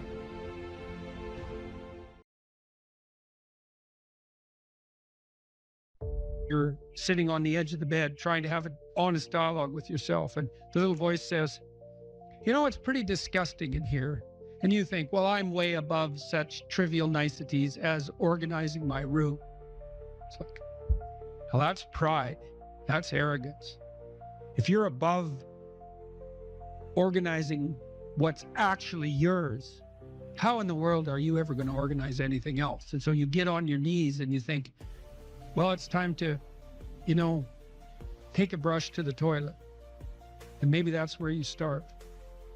And that works. Like, that works. You start making those micro improvements, like real micro improvements, real on the ground, actual micro improvements to things you know that are wrong, you'll improve unbelievably rapidly. There's always people out there who are doing far better than you on pretty much anything you want to imagine. And if all you're doing is seeing yourself in their reflected light, let's say, then it's going to be pretty damn dismal. But it's not a good comparison because, well, first of all, there's danger in just comparing yourself to others, period, because they're not you. And God only knows what struggles they had to undertake to get to where they were, or what burdens they're currently carrying that you're not aware of. But you can certainly contrast yourself with yourself. And that's a lot better. It is the only way. Well, it's also the only way of really measuring anything approximating proper improvement. You can actually tell when you're a little better than you were yesterday. Right. And you can actually do that. That's another thing that's so interesting about it, is that you can actually make yourself a little better in some way, pretty much, well, I don't know if it's at every moment, but you can certainly do it every day. Let's say you want to become who you could be in the fullest sense. So let's say you're someone who's going to solve some serious problems. Okay, the first thing you have to do is admit to the seriousness of the problems. That's no joke. And so the first thing is just the terror of the problem itself. And that's enough to paralyze you, right? And that's the Hydra, that's the Gorgon with the head of snakes. It'll paralyze you and turn you to stone. That's the basilisk in the Harry Potter series. Mm-hmm. You look at it and it turns you to stone and lurks underneath everything, right? And it's malevolence and tragedy. And so there's that. And then the next is, well, you're going to take responsibility for that? You're really going to do that, are you? That's a hell of a load, man. And so it's daunting to even consider that. And then there's the discipline and responsibility that necessitates, which is also daunting. It's like, oh my God, the problem's that serious. I'm really going to have to get my act together in order to not contribute to it, much less solve it. And so the problem is terrible. And then the solution is daunting. But the upside of that is like, well, there isn't anything better to have than a problem that's worth solving, like that's really worth solving, right? And so the more of that you take on, the more you have a reason to get out of bed in the morning, no matter what. Like, I'm getting up, I'm trudging forward. Doesn't matter what I'm suffering from. I've got things that need to be done. They're necessary. And that gives you that sense of purpose that is the antidote to bitterness. Okay, well, let's say you want your life to be meaningful. It's like, okay, then what you do matters. It actually matters. Or how starting to clean up the room changed their life. That's quite fun because it's something I always tell people to do instead of going out and protesting. Jesus, I just can't stand Cleaning up that. the room? Yeah. Meaning? Well, my sense is that if you want to change the world, you start from yourself and work outward because you build your competence that way. It's like, I don't know how you can go out and protest the structure of the entire economic system if you can't keep your room organized. Well, I made a video call, which was called Message to Millennials, where it was called How to Change the World Properly. A bit of on the pretentious side, I suppose, but I was trying to produce something that was a counterposition to this idea that what you should do is go out and fix up other people. You know, that's just not right. And there's a New Testament line about that, something about, you know, not worrying too much about the log in your neighbor's eye or about the speck in your neighbor's eye when you have a log in your eye. What would the world be like if people stopped avoiding the things they knew they should do? You know, because the question is, how much are we contributing to the fact that life is an existential catastrophe and a tragedy? How much is our own corruption contributing to that? That's a really worthwhile question. The things you leave undone because you're angry, you're resentful, you're lazy, you have inertia. Well, you consult your conscience and it says, well, you know, that place over there could use a little work. It's the same as working on yourself, and so you clean that up because you can, and then things are a little clearer around you. And you're a little better off because you've practiced a bit, and so you're a little stronger, and then something else manifests itself and says, well, maybe you could like take a crack at fixing me up too. So you decide to do that, and then that gets a little bit more pristine, you know, and soon, and it's humble because you're not exceeding your domain of competence. You know, it's like, don't be fixing up the economy, 18-year-olds. You don't know anything about the economy. It's a massive, complex machine beyond anyone's understanding, and you mess with it at your peril. So, and can you even clean up your own room? No. Well, you should think about that. You should think about that. You only have to ask a stupid question once. You ask a stupid question, and if you're in a crowd and you ask a stupid question, 80% of the people in the crowd have the same question. They're just too cowardly to ask. But you ask and then someone actually tells you, you never have to ask that question again. You're no longer stupid. What stupid thing am I doing that I could quit doing? That I would quit doing? Because those aren't the same thing, right? Because you know there's stupid things that you're doing that you're just not going to quit doing because you like them. But there might be something on the edge there where you could stop that. If you want to know something about yourself, sit on your bed one night and say to yourself, you got to mean this, like you got to be desperate. This is no game, this. My life is not everything I want it to be, and perhaps it's not everything that I need it to be. And by need, I mean my life is so unbearable that the suffering that's attendant upon that is make me nihilistic, cynical, bitter, resentful, driving the proclivity to see evil everywhere except within my own heart. Like, these are problems, man. And you ask yourself, you sit on the bed and say, okay, man, I'm ready to learn something. What's one thing I'm doing wrong that I know I'm doing wrong, that I could fix, that I would fix? It's like, you meditate on that, you'll get an answer. And it won't be one you want, but it'll be the necessary one. You know, and it's often something that will point you to small things. Like, that works. You start making those micro improvements, like real micro improvements, real on the ground, actual micro improvements to things you know that are wrong, you'll improve unbelievably rapidly. There's never been a better time for the majority of people to be alive, and the future although we're vulnerable and terrible things can always happen to us, it's hard to make a case that the future doesn't look comparatively positive. We're becoming extremely technologically sophisticated, and the world is changing at an incredibly rapid rate. And the only way we're going to be able to manage that in a positive way is if each of us, or as many of us as possible, are capable of making wise and careful and truthful decisions. And if we do that, then maybe things can continue to improve. You don't get people to stand up on their own 2 feet and to adopt responsibility if everything is given to them. And that's a real conundrum.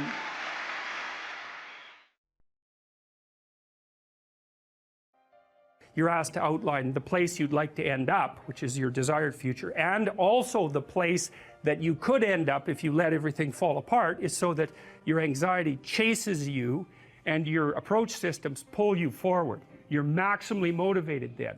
And it's important because otherwise you can be afraid of pursuing the things that you want to pursue, right? And that's very common. And so then the fear inhibits you as the promise pulls you forward, but it makes you weak because you're afraid. You want to get your fear behind you, pushing you. And so what you want to be is more afraid of not pursuing your goals than you are of pursuing them. Putting yourself in a challenging mind frame is much easier on you psychophysiologically, because you don't go into the generalized stress response to the same degree. And you're activating your exploratory and seeking systems, which are dopaminergically mediated and that involve positive emotion. So if you can face something voluntarily rather than having it chase you, it's way better for you psychophysiologically. So that's partly why, well, it's worthwhile to go find the dragon in its lair instead of waiting for it to come and eat you. So, and especially when you also add the idea that if you go find the dragon in its lair, you might find it when it's a baby instead of a full-fledged bloody monster that is definitely going to take you down. Don't avoid small problems that you know are there. Face them, because they'll grow into big problems all by themselves. And you can think about, imagine the tax department sends you a notification. You owe them like $300. Well, it's that's annoying. Maybe you don't even want to open the letter. Or maybe if you do, you just put it on the shelf. But that damn thing doesn't just sit there like a piece of paper on the shelf, right? You ignore that for 5 or 6 years, it's going to become attached to all sorts of horrible things. And if you ignore it long enough, you get the idea. It's going to turn into something that is completely unlike the little piece of paper that it's written on. And many, many problems in life are like that. You'll see that they pop their ugly little head up, and and you might want to turn away. You might not want to think about it, which is the easiest way of turning away, right? You just don't attend to it. You know, if you could have your life the way you wanted it in 3 to 5 years, if you were taking care of yourself properly, you know, what would you want from your friendships? What would you want from your intimate relationship? How would you like to structure your family? What do you want for your career? Well, how are you going to use your time outside of your job? And how are you going to regulate your mental and physical health, and maybe also your drug and alcohol use? Because that's a good place to auger down, you know, because alcoholism, for example, wipes out, 5 to 10% of people. So you want to keep that under control.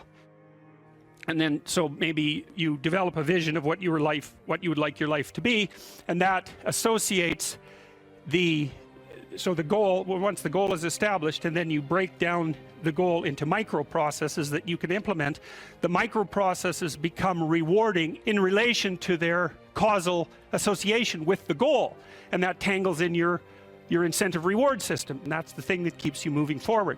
And the way it works is that it works better if it produces positive emotion when it can see you moving towards a valued goal. Okay, well, what's the implication of that? Better have a valued goal, because otherwise you can't get any positive motivation working out. And so the more valuable the goal, in principle, the more the micro processes associated with that goal start to take on a positive charge. And so what that means is, well, you get up in the morning and you're excited about the day, you're ready to go. And so as far as I can tell, what you do is you specify your long-term ideal. Maybe you also specify a place you want to stay the hell away from, so that you're terrified to fail as well as excited about succeeding, because that's also useful. You specify your goal.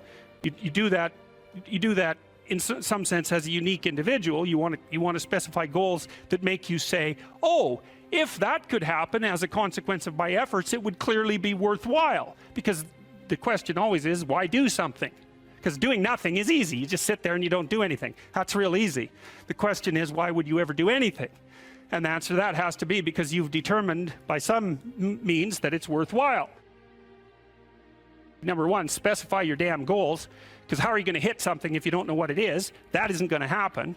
And often people won't specify their goals too because they don't like to specify conditions for failure. So if you keep yourself all vague and foggy, which is real easy because that's just a matter of not doing as well, then you don't know when you fail. And people might say, well, I really don't want to know when I fail because that's painful. So I'll keep myself blind about when I fail. That's fine, except you'll fail all the time then. You just won't know it until you've failed so badly that you're done. Okay, so once you get your goal structure set up, you think, okay, if I could have this life, looks like that might be worth living, despite the fact that it's going to be, you know, anxiety provoking and threatening, and there's going to be some suffering and loss involved and all of that. Obviously, the goal is to have a vision for your life such that, all things considered, that justifies your effort. Okay, so then what do? Well, then you turn down to the micro routines. It's like, okay, well, this is what I'm aiming for. How does that instantiate itself day to day, week to week, month to month? And that's where something like a schedule can be unbelievably useful. Google Calendar. It's like, make a damn schedule and stick to it. Okay, so what's the rule with the schedule? It's not a bloody prison. That's the first thing that people do wrong. They say, well, I don't like to follow a schedule. It's like, well, what kind of schedule are you setting up? Well, I have to do this, then I have to do this, then I have to do this, you know, and then I just go play video games, because who wants to do all these things that I have to do? It's like, wrong. Set the damn schedule up so that you have the day you want.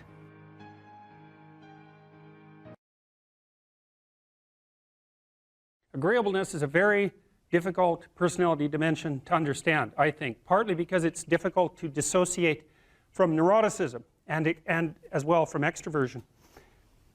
Because agreeable people like you, and so that kind of sounds like extroversion, and disagreeable people sound like they're hard to get along with, and they sort of are, but people who are high in neuroticism are hard to get along with too, and they tend to be volatile and irritable. And so most of the time, if you're engaged in a contentious issue with someone and emotions flare, it usually has more to do with trait neuroticism than with disagreeableness per se. So what I'm going to do is try to describe to you what the agreeable trait is on both of its dimensions, and also to lay out the pros and cons of existence on that normal distribution, trait normal distribution, at more or less every point. Because I think, the way I look at it anyways, is that of all the traits, agreeableness is the one that seems to come with the most marked positive and negative aspects, features, let's say, so we don't confuse it with aspects, the most positive and negative features at each point on the distribution. It's a very complex, seems to be a very, very complex dimension. So I'll read you some of the questions from the Big 5 aspect scale, and that'll give you kind of an initial rule of thumb estimate about whether or not you're agreeable or disagreeable. And so here are some of the questions. Imagine that you're answering these for yourself on a scale from 1 to 5, strongly disagree to strongly agree. So the first question is, am not interested in other people's problems. So if you are interested in other people's problems, that tilts you towards agreeableness, and I believe that's agreeableness is divided into compassion and politeness, which also sound like very positive things, right? Because everyone wants to be compassionate and everyone wants to be polite, and so you might say, well, is that a virtue? Are those virtues, with the other end being actually negative, to be not compassionate, not polite? It's certainly worded that way, and that's actually a mistake, because we know that these traits are normally distributed, roughly speaking, right? And that means that there has to be positive and negative features at every single position on the distribution. And so to make the presupposition, for example, that being extroverted is being better than being introverted, or that being emotionally stable is necessarily better than being neurotic, is to make a confusion of moral obligation with trait position. You have to assume that there's advantages and disadvantages all the way along, or the distribution wouldn't have set itself up that way, especially because these seem to be biologically instantiated traits. So anyways, if you're interested in other people's problems, they like to unburden themselves to you, you care about it. That's a mark of compassion. If you're more or less indifferent to other people's stupid problems and you wish they just get on with it, then you're less compassionate, you're harsher and more, well, at the extreme, more callous. Let's see. Respect authority. That's politeness. That's part of agreeableness. Rarely, let's see.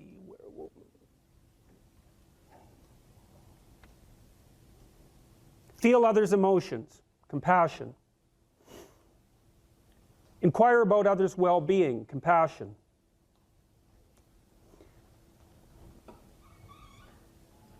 Can't be bothered with others' needs. Take advantage of others. That's disagreeable, obviously. Sympathize with others' feelings. Avoid imposing my will on others. Wait for others to lead the way. Okay, I think all of those were associated with trait agreeableness or disagreeableness. So let's think about this for a minute. So I'm going to tell you how I conceptualize agreeableness. The first thing you want to know is that women are more agreeable than men, about half a standard deviation. And that's approximately enough so that if you took a random male and a random female out of the population and you tried to guess who was more agreeable and you guessed the female, you'd be right about 60% of the time. So, but what's interesting about that, and this is something also to keep in mind, is about normal distributions, you know. So imagine you have a normal distribution so that most people are in the middle, and then you have another normal distribution, male and female, and mostly they overlap. But you see out here and out here, they don't overlap at all. And so even though on average men and women aren't that much different in terms of their levels of agreeableness by the group, if you go out and you look at the extremes, they're very different. So all of the most agreeable people are women, and all of the most disagreeable people are men. And the thing is, the extremes are often what matter rather than what's in the middle. And so one of the ways that's reflected in society, by the way, is there's way more men in prison. And the best personality predictor of being imprisoned is to be low in agreeableness. It makes you callous. Now you might think, well, what's the opposite of compassion and politeness? And the answer to that is, I think it's best sort of conceptualized as a trading game. So let's say that we're going to play repeated trading games. And if you're very agreeable, then you're going to bargain harder on my behalf than you're going to bargain on your own behalf. Whereas if you're very disagreeable, you're going to do the reverse. You're going to think, I'm in this trading game for me, and you're going to take care of your own interests. Where an agreeable person is going to say, no, at best this is, at worst this has to be 50-50, but I'd like to help you every way I can. Okay, now so you kind of understand that. Now the advantage to being agreeable then is that you're good in teams and you're very much likely to give other people credit. The downside of being agreeable is that you're not very good at putting forward your own interests. And so one of the things that predicts salary across time, for example, is agreeableness, and it predicts it negatively. And so it's part of the reason why women get paid less than men. And this is something for the women in the class to really listen to. Because how you get paid across time depends on a very large number of things, right? It depends on your skills and your abilities and your position and your social network and all of that. But the other thing it depends on is whether or not you actually go ask for money. Or maybe that you don't even ask. Because actually you don't ask for money. You tell people that you need to be paid more or something they don't like will happen. And I don't mean as a threat. I mean that you have to be willing, when you're negotiating, to have an alternative. You go talk to your boss who isn't going to give you money because everyone wants money, right? It's a competitive game. You're going to have to go there and say, look, here's what I do. Here's why it's useful. Here's why you have to give me more money. And this is my opportunities if you don't. And then you're not taking your boss's money anyways, because it's very frequently the case that he's working for a whopping big company.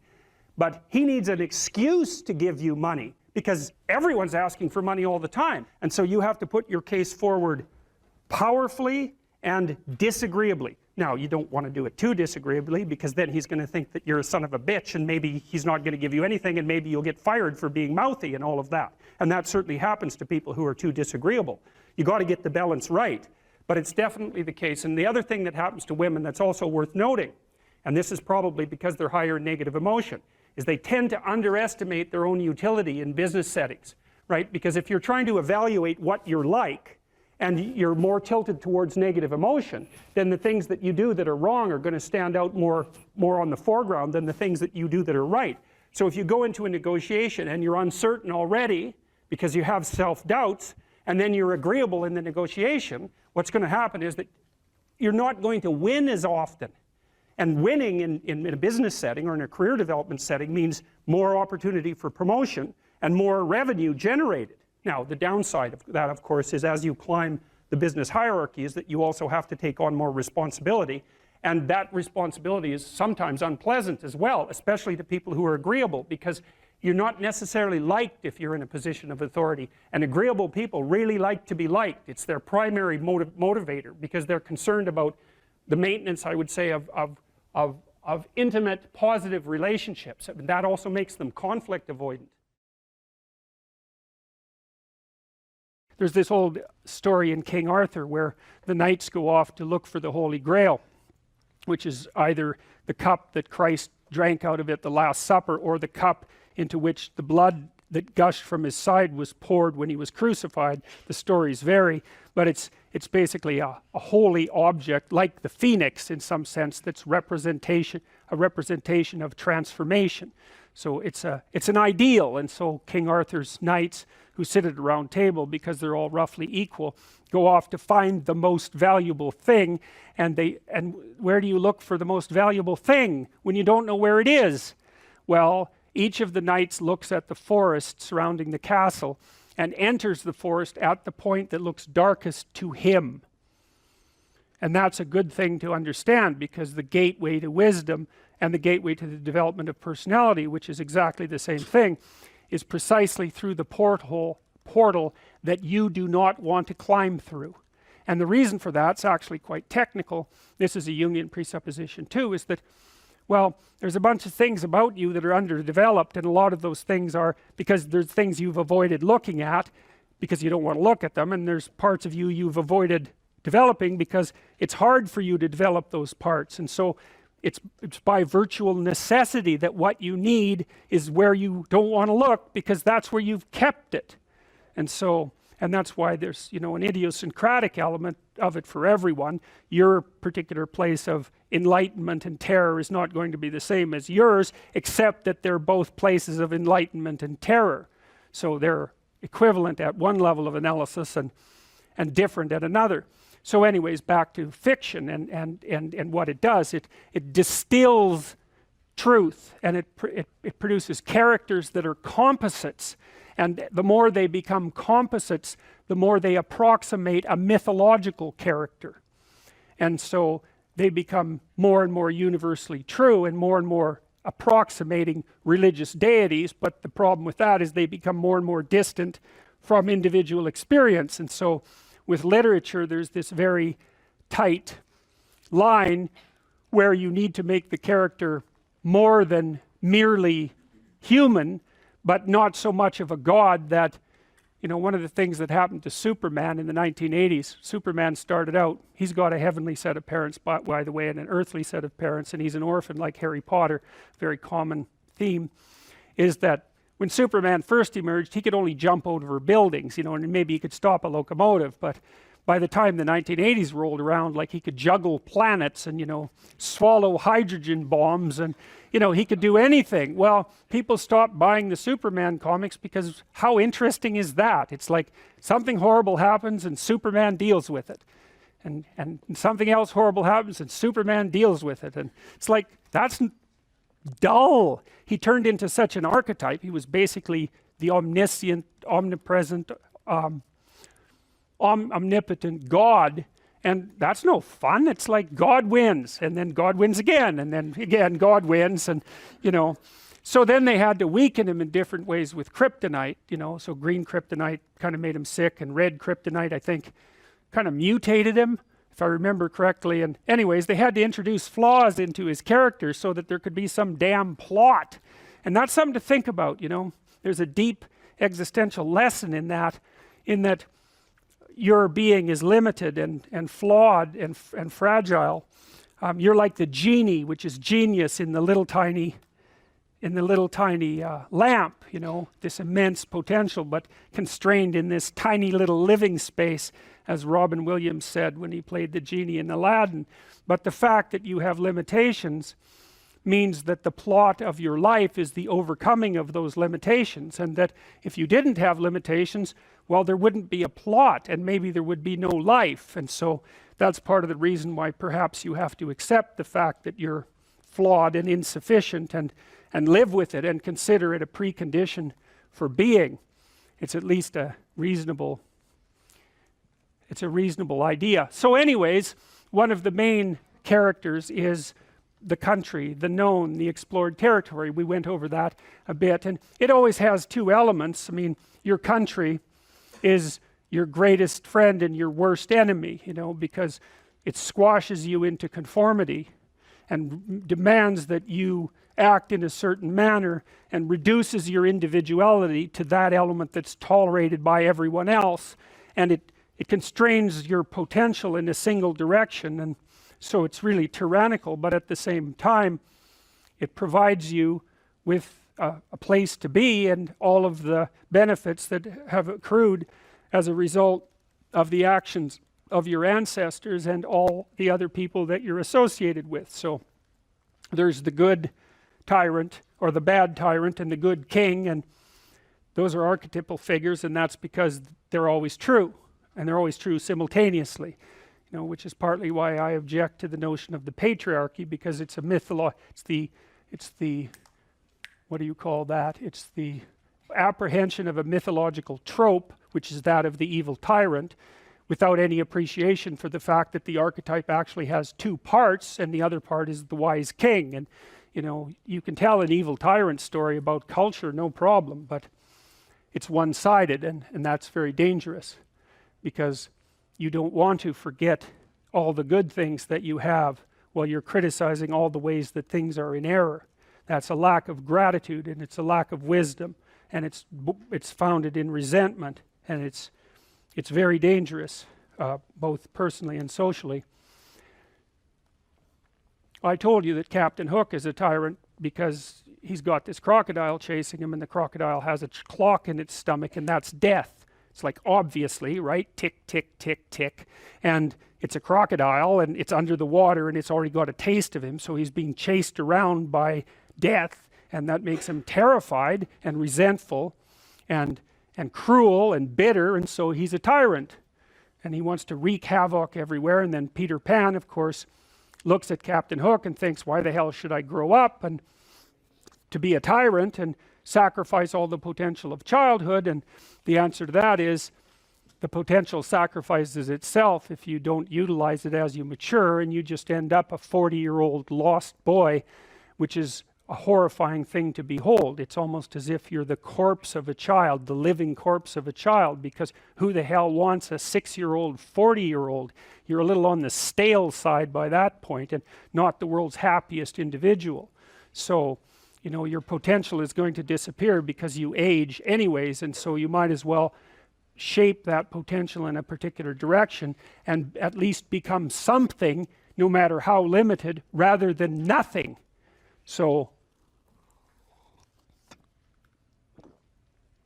you know, Peter Pan, that's a great story. It's a great mythological story.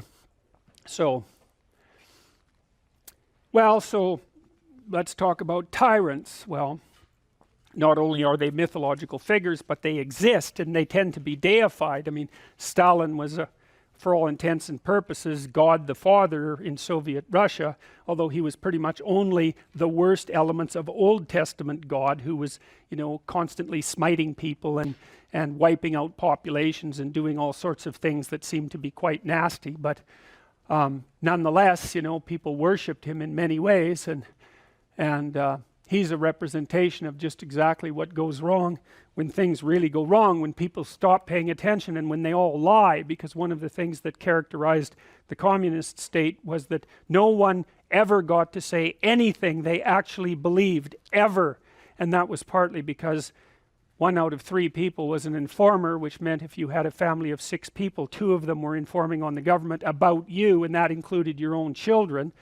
And if you were an informer, you were often amply rewarded by the state, so that if you lived in an overcrowded apartment building with 3 families in the same flat, and you informed on you know, the woman down the hall that you didn't like, she got shipped off to the old concentration camp and you got her apartment. And so that was a lovely society, and it only killed about 30 million people between 1919 and 1959. So that's what happens when the archetypal structure gets tilted badly, when people forget that they have a responsibility to fulfill as citizens, as awake citizens who are capable of stating the truth, and the archetype shifts, so there's nothing left of the great father except the tyrant. And let's not have that happen. I mean, the one on the right is really interesting, because consciously or unconsciously, you know, there's Stellan surrounded by what is, for all intents and purposes, fire.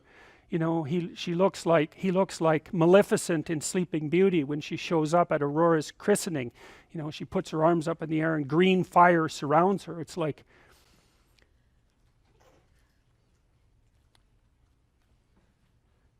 he's surrounded by fire, and there's Lenin above him, who's like king of the fiery realm, and that's for sure.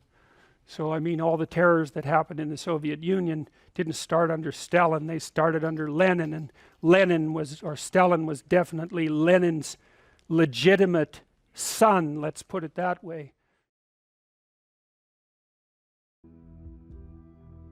I had lots of clients and students who were chaotic in their orientation to life. They didn't know what to do, and they didn't know what to do about not knowing what to do. It's like, I don't know what to do with my life, and I don't know what to do about my ignorance.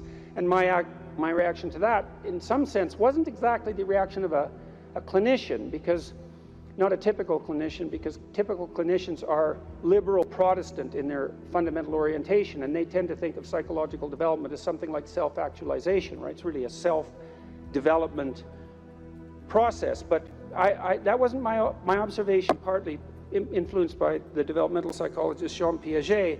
I had a more communitarian view of human development than that, and my observation was that most people find the cardinal meanings in their life not as a consequence of the development of their self, whatever that is, but in service to other people, in the adoption of responsibility. You know, because you're told, be responsible, and it's a finger-wagging thing again, you know, that if you were a good person, you be responsible, you do your duty. But no one ever says, well, because that's where you find the abiding meaning in your life, and you need that meaning to sustain you through suffering. And that's definitely the case. You know, I was very ill for a number of years, and a lot of what got me through that wasn't my own special nature, let's say, but the support of my family and the support of my friends and the support of the broader community made a huge difference, not only psychologically, because I knew people were supporting me, but also practically. You build yourself a community, you sacrifice yourself in the service of other people, not so much because you should, although you should, but because that is where meaning is to be found, and you need a deep meaning to sustain you through tragedy. That's the arc. And you find that deep meaning, and you know, there's the notion that it's better to give to receive than to receive, and it sounds like a Hallmark greeting card in some sense, and people are cynical about that too. Well, yeah, you say that because you should be good and think that, but if you watch yourself, you'll see that it's true, because one of the things that's been really pronounced element in my life is that, you know, people thank me from time to time for things that I've done or said, and there isn't a better experience than that, you know, that you've put something out that's actually a manifestation of what you truly believe, and the consequence of that is part of the redemptive process for someone else. There is nothing that's better than that. Zero, nothing. In fact, I don't think there's anything that's even in the same conceptual universe of that in terms of its intrinsically rewarding properties. There's nothing better than to have people, perhaps particularly people you've never met, tell you that what you have been doing has had a salutary effect on their lives. And so that's a hell of a fine thing to aim for. And why not aim for it, you know? Because you could do it. If you put, I wouldn't even say necessarily that you put other people first, because I think that's a mistake, but I do think it's the case that you treat other people in the manner that you would wish to be treated if you were treating yourself properly. And that's also a sophisticated thing, right? To learn to treat yourself properly. Because that doesn't mean you get to fulfill every momentary whim, because that's what you do when you're 2, and 2-year-olds can't live without their parents. You know, you have to be wise enough to govern your current behavior in light of the future. And that's really what it means to be an adult. It's what it means to forestall gratification and to attain the responsibility of an adult. And the reason that you should do that because you should, is because it's actually better, you know, in all ways. It's a panacea for suffering to adopt that responsibility. And so I would tell my clients and students as well, it's like, well, let's just take a look at where other people find meaning, you know, and we'll see how your life matches with that. Do you have an intimate relationship? Yes or no? The right answer is yes. Now, maybe not for you, and maybe you don't right now, and maybe you have your reasons not to because you're a singular person in that regard, but probably not. Because that's like a third of life. And so if you don't have that, that might be one of the reasons you're not doing so well. And the fact that you don't have it might be an indication that you're not oriented in the proper direction. Oh, I can give you an example of that. I had many people question me when I was just on tour. This is a question that came up quite rapidly, often in the Q&A sessions. How do I find the right person when I'm dating? How do I find the person who's right for me when I'm dating? And I got that, or on the internet. I got that question like 3 times in a row, and I thought, because I always think this, what about that question? What's wrong with that question? Something wrong with that question. How about, how do I conduct myself so that I am the best possible partner? Now that's a whole different, right? That's a whole different conceptual universe, and virtually no one ever asked that question. And I would say, well, if you want an answer to the first question, which is how do I find the person who's right for me, you actually start by asking the second question, which is what can I bring to the table for someone else? And if you're really good at bringing something to the table for someone else, hey man, people might be lining up to be your partner. And if they're not, then you might think, well, maybe I'm just not bringing the right thing to the table. And that's worth thinking, especially if you're desperate, you're lost, and you're alone. It's like, maybe I got this wrong. And I usually sort of top that with the suggestion that even if you did find the person who was perfect for you, and they're that perfect, what makes you think they wouldn't take one look at you and run screaming away? And they likely would if they were that perfect, because, really, are you that much of a catch? And if you think you are, that might be part of the problem. So that's one, right? Intimate relationship. So I would say to you at the crossroads, develop a vision for your relationship. There's a gospel saying, which is, of course, impossible to comprehend or believe. Knock and the door will open, ask and you will receive, seek and you will find. And people think, well, no way, the world's not constituted like that. It's like, it goes back to the idea of aim. If you don't aim at it, you're not going to hit it. And it might also go back to a question about what do you mean by ask and what do you mean by want? Because it isn't just some casual request. You're praying to God, I wish I could find my wallet or something like that, as if he's the casual granter of magical wishes, like a fairy with a magic wand. It's not that.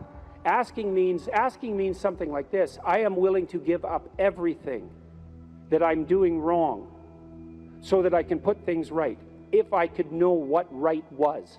And that's you're on your knees when you say that, man. And maybe if you're on your knees, you get the answer.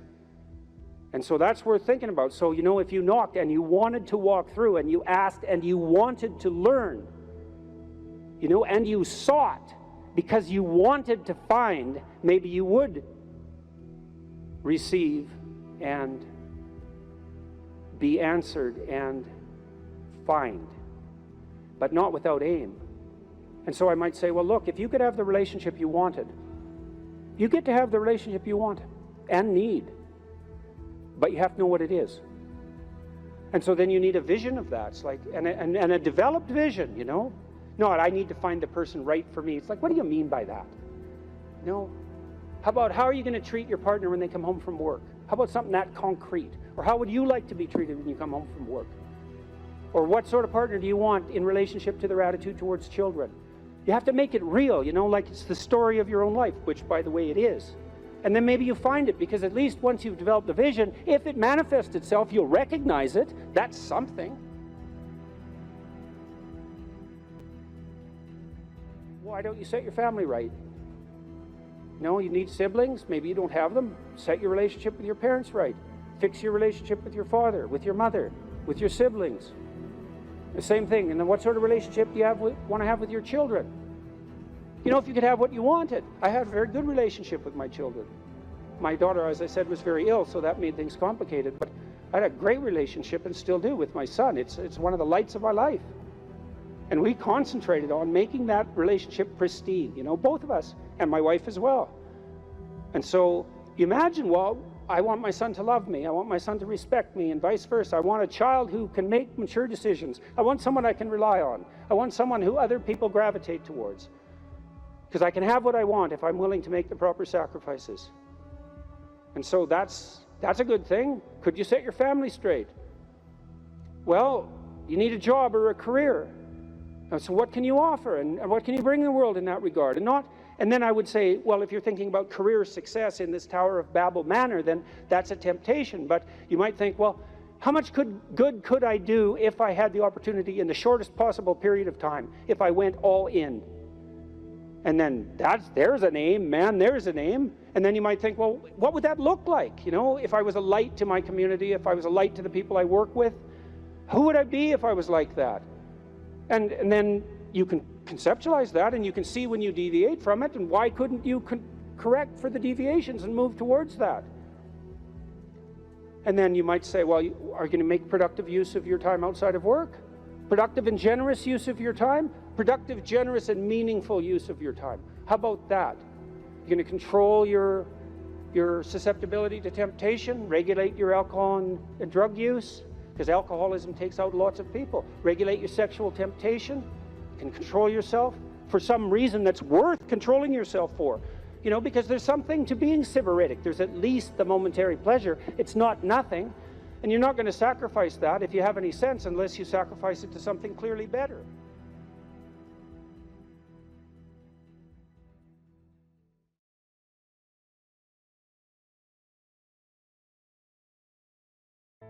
Here's some items, so you guys can do a quick big five on yourselves. And I'll tell you the upside and downside of it. So, if you're orderly, you follow a schedule. How many of you follow a schedule? Okay. And how many of you don't? Okay, so one thing I would recommend is that you do. And I'll tell you why. Like, intelligence is a very good predictor of academic performance. And there's not a lot you can do about your intelligence. I mean, you can squander it, but it's very difficult to improve it. Conscientiousness, well, it's a trait too, so it's hard to work on, but we know that conscientious people get better grades. And it's reliable, and it's a powerful effect.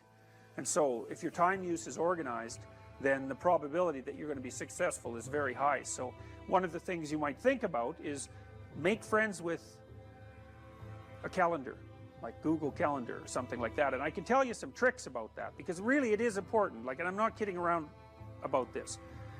If you're low in conscientiousness, it's really going to trip you up as you walk through life. There's not very many advantages to it that I've been able to see, and I'm not assuming that just because you don't follow a schedule, you're low in conscientiousness, but it is one of the items that mark it. The advantage I've seen so far to being unconscientious is that if you become unemployed, it doesn't bother you as much. And I mean, that actually turns out to matter in some situations. So, like, you know, if a big company has to shed 50% of its employees, it's the conscientious people are going to suffer themselves to death for it. And the unconscientious people, they're not going to care anyways, because they weren't working anyways. So it doesn't matter if they have a job or not. So here's one way of thinking about making use of a schedule. Often people are afraid of schedules because they think of them as a trap. You know, you make a schedule and it's like this little prison that you have to live inside, and you know, and all you're doing in your schedule is putting down things you have to do or should do, and so, you know, there's not a lot of fun in that. And so not only is it a trap or a prison, but it's kind of an unpleasant one.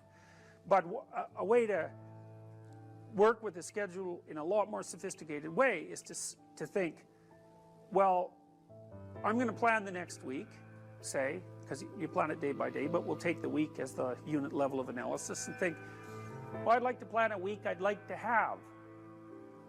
And then your schedule all of a sudden becomes a tool for increasing the quality of your life. And that's a whole different issue, you know, because you might think, what's the emotion that you suffer, assuming you suffer one of these emotions?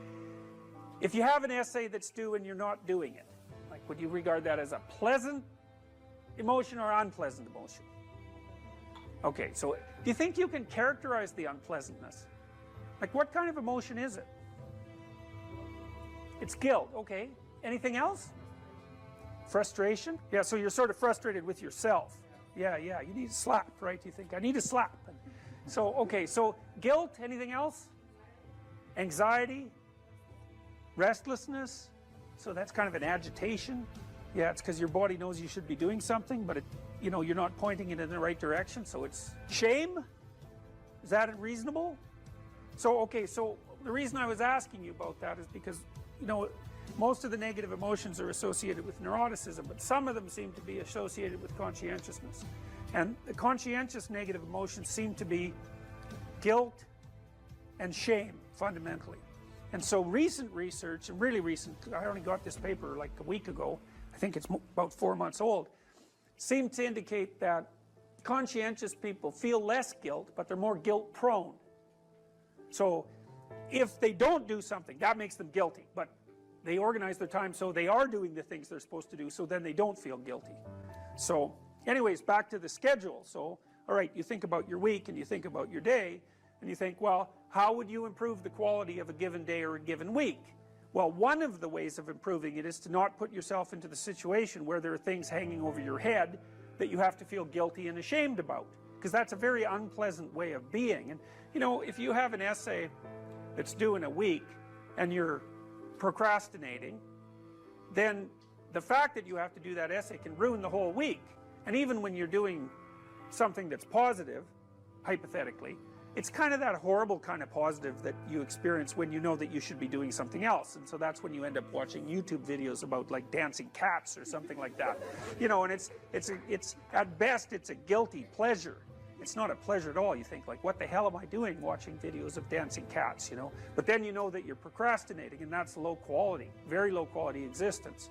So if you use your schedule, you can think, okay, well, here's some times that I'm going to do this work. And then you can also sort of ask yourself about that when you're designing your schedule.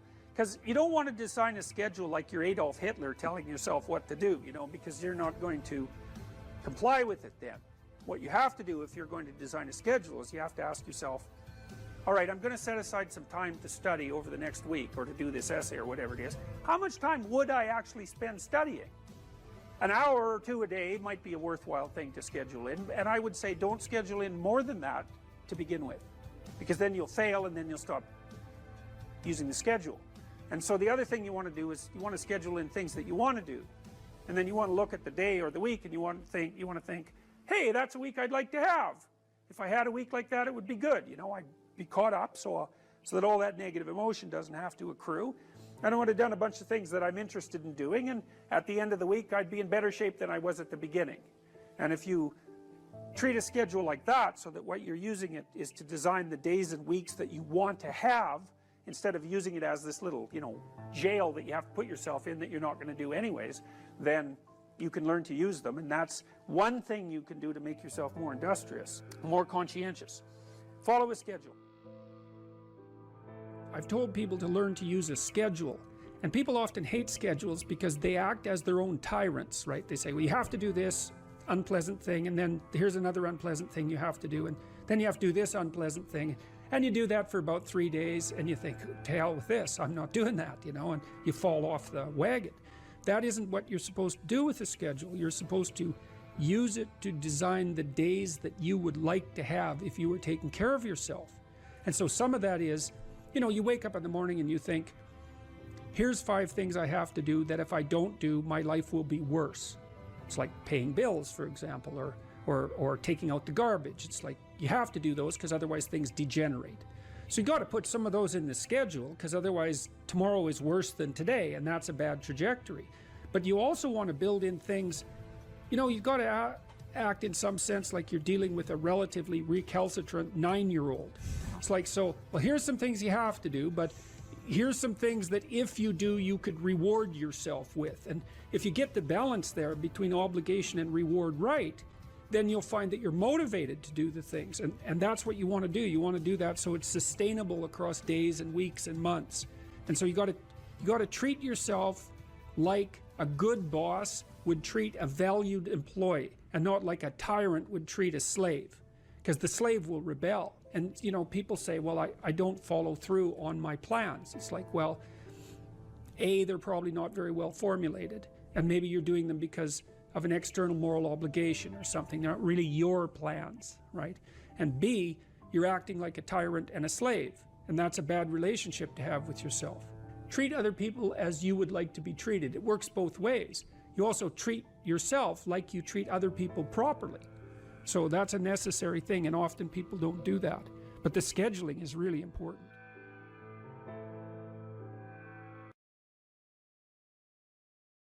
In the future authoring program, which is the one we've done the most research on, so if people do this for 90 minutes badly before they go to college, it'll decrease the probability they'll drop out in the first year by 50%. That's amazing. And it works particularly well for people who are most likely to drop out. So a lot of psychological interventions help the good performers do even better and don't help the bad performers that much. And why do you think it helps them more? Well, I think the good performers already have a bit of a vision and a plan, whereas the bad performers, they're really ambivalent about what they're doing because they don't have a plan. And we'll talk more about why this is so important. So if you don't have a reason to do something, and then a reason not to do it comes up, well, then you'll just not do it, because not doing things is real easy. You can just sit there and not do things all day. Doing things takes effort, and so any resistance is likely to, it pushes back against you. And so going to college, it's like, well, why is that difficult? Well, you have to get up, you have to go to your classes, you have to do the assignments, you have to do the reading, you have to write the tests, you have to believe that this path is somehow better than any other path you could be on, and there's innumerable other paths, and that it's better in some fundamental sense than just doing nothing or playing games or being purely hedonic. So there's a lot of, because it's difficult, there's a lot of obstacles. And if you don't have a reason, well, why would you overcome the obstacles? And so what happens when you do the future authoring program is two things. Is first of all, you construe yourself as the sort of person who could have a reason, right? Who could make a vision and impose it on the world. And how do you do that? Well, and then second, you actually develop a vision. Okay, so the first thing the program asks you to do, and it's got a biblical element to it in some fundamental sense, although that wasn't so explicit when we first developed it, but I came to realize that later. There's a statement in the Gospels. Christ says to his followers, ask and you'll receive. Knock and the door will open. Seek and you'll find. And you listen to that and you think, no way, man, it can't be that easy. Well, it's not that easy. Because let's think about what wanting means. You want something. You want to find, so you'll seek. How hard are you going to seek? You know, maybe you're after the Holy Grail, right? Or you're after the gold in the dragon's lair, or the jewel in the toad's head. You're after something that's guarded by some monstrous figure. You're going to seek? How committed to that are you? And there's a total commitment in that in a fundamental way. It's like you should be humble enough to be open to learning, to radical transformation, to the probability that you're really wrong if you're not finding what you're seeking, and the willingness to sacrifice virtually everything of lesser value for that goal. Otherwise, you do not want it. You did not ask. You are not seeking. You did not knock on the door. Well, this is the development of a vision. Now, you can construe consciousness as the implementer of the vision in the broadest sense. So what we really confront as human beings isn't a deterministic world that runs like clockwork, that the past pushes forward in an algorithmic or deterministic manner. That isn't how the world works. The way the world works is that we confront a horizon of possibility that's not predictable. It's somewhat predictable the way a musical piece is predictable. So it's rule governed, but it's not predictable in a deterministic way. And it's full of possibility and potential. That's actually its nature. It's potential in its nature. And to maximize the quality of our interaction with that potential, we have to impose a vision on it and then pursue the vision. And so when you do the future authoring program, well, that's what you're trying to do, is develop a vision. So here's the first exercise. It's like, okay, here's the deal, all right? You get to have what you need and what you want, maybe even better, you get to have what you need and want if you were treating yourself properly. So imagine, first of all, that you were treating yourself properly because you actually cared for yourself. Okay, and say you don't. Yeah, well, you don't. How do you help somebody? Well, you at least ask them to open the door to the possibility that maybe they could. So just imagine that you did. Not that you are, that you could, but that you tried. Think, okay, I'm a valuable person, maybe, and if I was treating myself like I had intrinsic value, like if you were treating yourself like you were someone you loved, so you could imagine doing this for someone you actually cared about. Because most people care about someone that isn't them. So do you identify someone you care about? Well, you can, yes, you can say, because it does tell you. It's like, well, if you're not so good at caring for yourself, imagine someone you love and then pretend that you're bringing that attitude to bear on you with all your faults and inadequacies. I'm not being casual about this. It's hard for people to do this, right? Because we know our own flaws so deeply. It's hard for us to take care of ourselves. But imagine that you should take care of yourself and that you could and that you did. Just imagine that. So that's opening up at least the door, right? Yeah. And then you say, well, 5 years down the road, you get to have what you want and need. What is it? And so this is a deep question. So, because the question is this: your life is going to be difficult, and it's going to be marked by suffering and tragedy in all sorts of different ways. Disappointment and obstacle and betrayal and the whole panoply of human catastrophe. That's absolutely 100% definitely coming your way. Okay, so given that, and given that you want to live a life free of resentment and bitterness and premature aging and excess suffering, and that you don't want to be a burden to everyone around you, what would you have to make carrying that weight worthwhile? That's a hard question, you know. It's like, what justifies your suffering? That isn't how am I going to be happy. It's what justifies your suffering. Well, ask yourself. You get to have what you want. If you're taking care of yourself, what would it be? Okay, and so you write for 15 minutes about what your life might be like 5 years down the road if you got to have what you needed and wanted. And then we concretize it. You know, I had lots of clients and students who said, well, I don't know what to do with my life. What should I do with my life? And the first answer to that question is, that's not a very good question. Because it's like, what, do you want a one-line answer to what you should do with your life?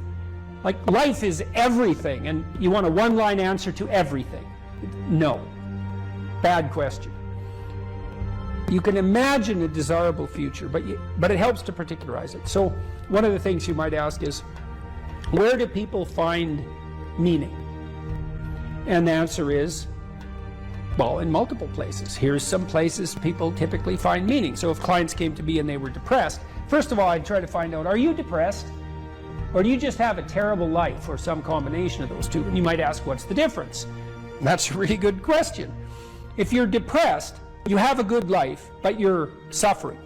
So what would it mean that you have a good life? Well, it means somewhat different things to different people, but you can kind of triangulate on it. Probably you have an intimate relationship, or at least you have the prospects of one. So at least you want one, and you believe that maybe you could have one if you don't have one, and probably if you have a good life, you have one. You have some friends. They're real friends, right? You have some family members, children, perhaps, if not children, parents and siblings, or perhaps both, grandchildren. You're nested inside a family, and your relationships with your family are desirable.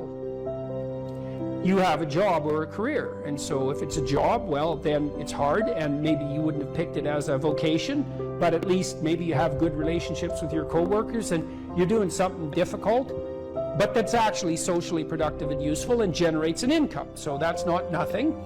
You're educated to the level of your intellectual capability, or you have plans to do so. You're taking care of yourself mentally and physically, and you have a strategy for dealing with the realm of signal temptation, drug and alcohol abuse and sexual misbehavior and that sort of thing. And then we've added one more recently, at least conceptually, that you've adopted a certain degree of civic responsibility, right? You're participating in the broader community in some manner. And if you're doing none of those, my life is meaningless. Are you doing any of these? No. Well, that's why it's meaningless. Those are the domains of meaning. and so if you're miserable and you have none of those things, the first thing to do, if you're a cognitive behavioral therapist with someone, is to say, well, how about we work on like one of these things to begin with? You know, you need some friends. You need to get out in the dating market. You need a job or a better job. You need an educational plan. Like, you don't have a life, so of course you're miserable, because without sustaining meaning, life is just tragedy. And so your lot is misery. And so anyways, we ask people to go through these 8 different domains and say, okay, you can have what you want, but you have to aim at it. Sin means to miss the mark, by the way. It means to miss the target. That's what takes you away from God, is to miss the target. What target? Yeah, right. What target? Right. You got to at least know there's a target, then you got to try to hit it. You know, and maybe you don't even know where the target is, but your aim isn't good, but at least you've set up a target now, and you can practice. And so, well, if you had an intimate relationship, what would it look like? If you had some friends, how would you like those friendships to be conducted? If you had a job or a career, what could it be if you had what you wanted?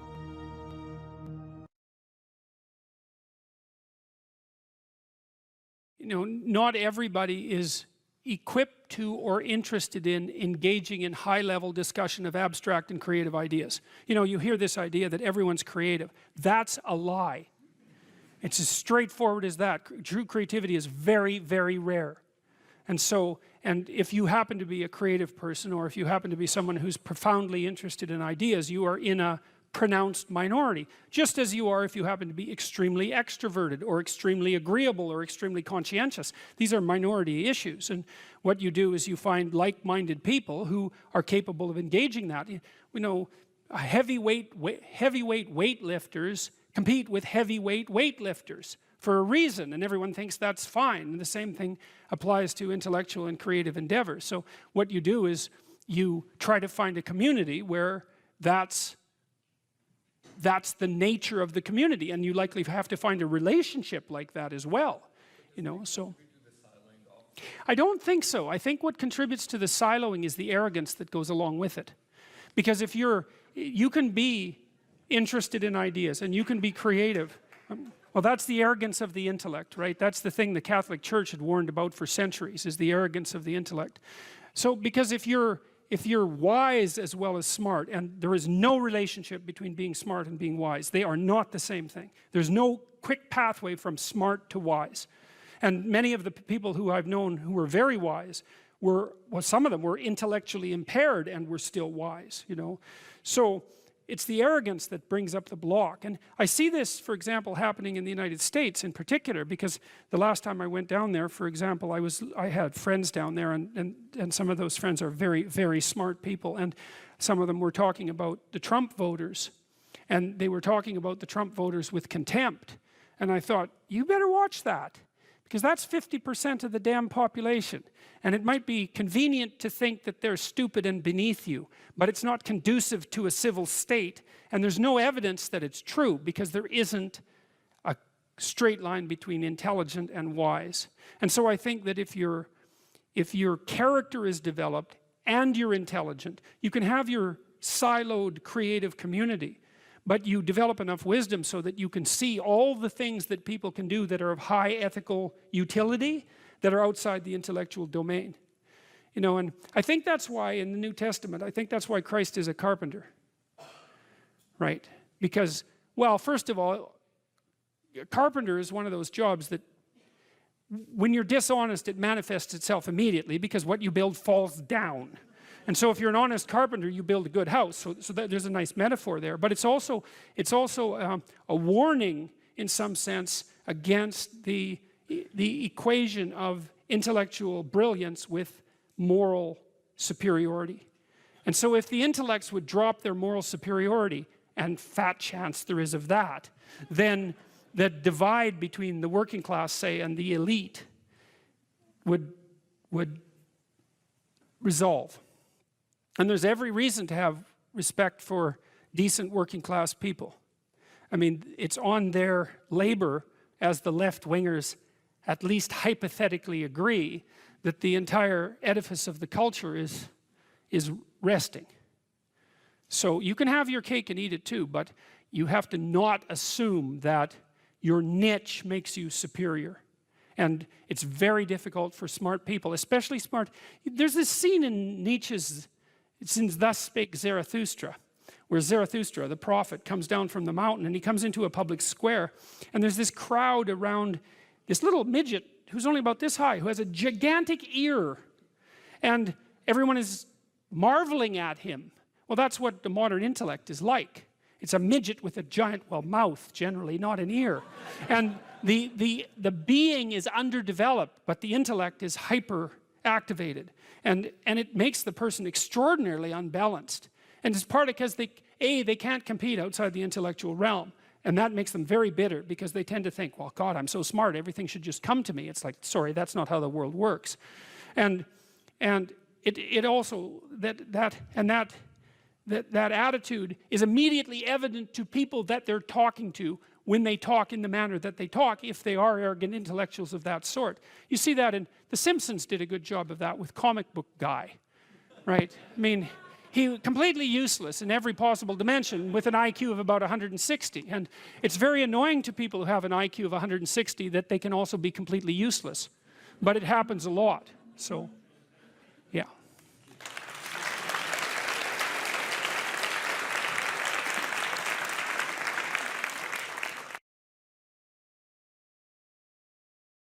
So vision. Well, how do you develop a vision? Well, you might want to think about, how would you like your life to be? So we could make this practical. We say, this is how you bring heaven down to earth. That's to make the abstract practical. And that's always very useful. That's the differentiation of Jacob's ladder, by the way. That's the axis mundi, the central point of the world. It's like, well, what do you want? Well, let's throw, you could ask yourself that. If you could have what you wanted, what would that be? So we could throw out some possibilities. People trust you. People respect you, and you deserve the trust and the respect. It's not false. People can rely on you. You're good for yourself and you're good for other people. There's productive, generous peace reigns around you, and you can do that in a playful manner. Now, that's not so bad. You could have that, let's say. And if you can think of something better, well, pursue that, but that's a good start. So that's very abstract. And so now you have to think, well, how might you conduct yourself in order for that to occur? Now, one way of approaching that is to differentiate it. You might say, well, what's the purpose of my life? It's a pretty abstract question. You're going to get a pretty general answer. Now, I could say, well, it's to be willing to adopt this spirit of challenge in relationship to life's vicissitudes. But it's still pretty abstract. So, well, yeah, but how do I go about doing that? Well, you have to differentiate it. That's the bringing of the divine message down into the realm of practical applicability. How do you make that principle real in your own life? Well, here's one way of doing it. Where do people find the significance in their life? So you could envision participating in this process. Well, what do people generally need and want? Well, here we can make a list. So this is, imagine we're taking that general principle. That's the golden cap of the pyramid. That's even the eye above the pyramid. That's another way of thinking about it. It's this superordinate principle, uniting monotheistic principle in some real sense. Now we have to differentiate it. Well, most people would like an intimate relationship. Okay, and so what does that mean? Well, intimate means physically intimate, but it likely means emotionally intimate, and it probably means iterating across some reasonable period of time, unless you just want everyone around from whom you're deriving physical gratification to be the whim of the moment, in which case you're basically a psychopath, and I wouldn't recommend that as a pathway forward. You're a narcissistic psychopath, and you might think, well, I get what I want. It's like, well, no, you won't, because your life will degenerate. So that's a bad theory. So you want an intimate relationship, and then you're going to have to treat that other person, well, how? Well, you can win an argument with your wife today, but then tomorrow, there she is in all her defeated glory. And so I don't know what the victory is going to win you. Maybe you want to negotiate towards something like productive and generous peace with her instead. And that's all part of this intimate relationship. And then it becomes truly intimate. And then it's stable across time. And that might be desirable. Then you have a platform, let's say, that will help you stabilize your entire life, because part of the reason you're going to do things is because you want to be of service to at least one other person, and vice versa. Because if it's just for yourself, that's pretty damn dismal and immature and pointless and futile. And it doesn't work anyways. So you've got at least someone else you can serve in this mutually sustaining manner. So most people want an intimate relationship. You know, and they'll settle for second-rate derivations thereof, but still what they want. Fine. Probably want something approximating a family, and even if you're not going to have kids, and I think that's a very bad idea, by the way, not to have kids. Well, you have your parents and your siblings, and if you don't have them, you have your extended family. You might want to stabilize and fortify your relationships with them, because why not? No, why not make peace with your father and your mother and your siblings if you can, and then you get to practice making peace, and then you have a family. That seems okay. And then you probably want some friends, so you could have a vision for your friendships. And what sort of people do you want around you? Well, I can tell you at a minimum, you want people you can tell bad news to, who are on your side during the times of bad news, who don't engage in competitive martyrdom with you. And you want people you can tell good news to, because they'll celebrate what you have to celebrate, and then you can do that mutually. And you want people to exchange your thoughts with, and you want people to play with. And you probably want that to iterate across time, because then you get to know each other and you can foster each other's development in a more profound manner then. And so you're going to be pretty miserable and not very sane without friends. So probably some friends aren't a bad idea. How about a job or a career? Well, why? Because the fundamental state of human being is one of deprivation, and you have to work to address that. So you have to work. And it could be a job, which is something you have to do because you're paid, but hopefully there's some vocational element to that, that you can find some deep intrinsic meaning in your work. And you can certainly do that if you're working with your hands. You can find a sustaining meaning in the responsibility you take in relationship to your job and your career. And then I would say also, if you're good at it, so you're skilled at what you do, plus you're a good team player, I don't care where you're working, it could become a real center of the world for you. You know, when I was a kid, 14, 15, 16, I worked in restaurants for years, and I really liked that. And that's a very complicated thing to do, to work in a restaurant. I was just a dishwasher and then a cook. As I moved up the ladder, let's say, and I learned to cook and I learned to clean and I learned to be hospitable and I learned to work in a complex, dynamic environment, because a restaurant is exactly that. And you know, I got along with the people I worked with, and I came to work on time and I did my bloody job and I tried to do it right. And so most of the people who were my superiors, so to speak, were happy with me. They wanted me to be there and I wanted to be there. You know, it was still a pain when I was a kid sometimes to have to go to work when my friends were out, you know, drinking beer at the local river. And I might have wanted to do that instead. But fundamentally, immersing myself in that environment was positive in every sort of way, and made me more responsible and mature. And I enjoyed it a lot. Many of the best memories I have from my adolescence in particular are the times I spent working in the restaurants that I worked in.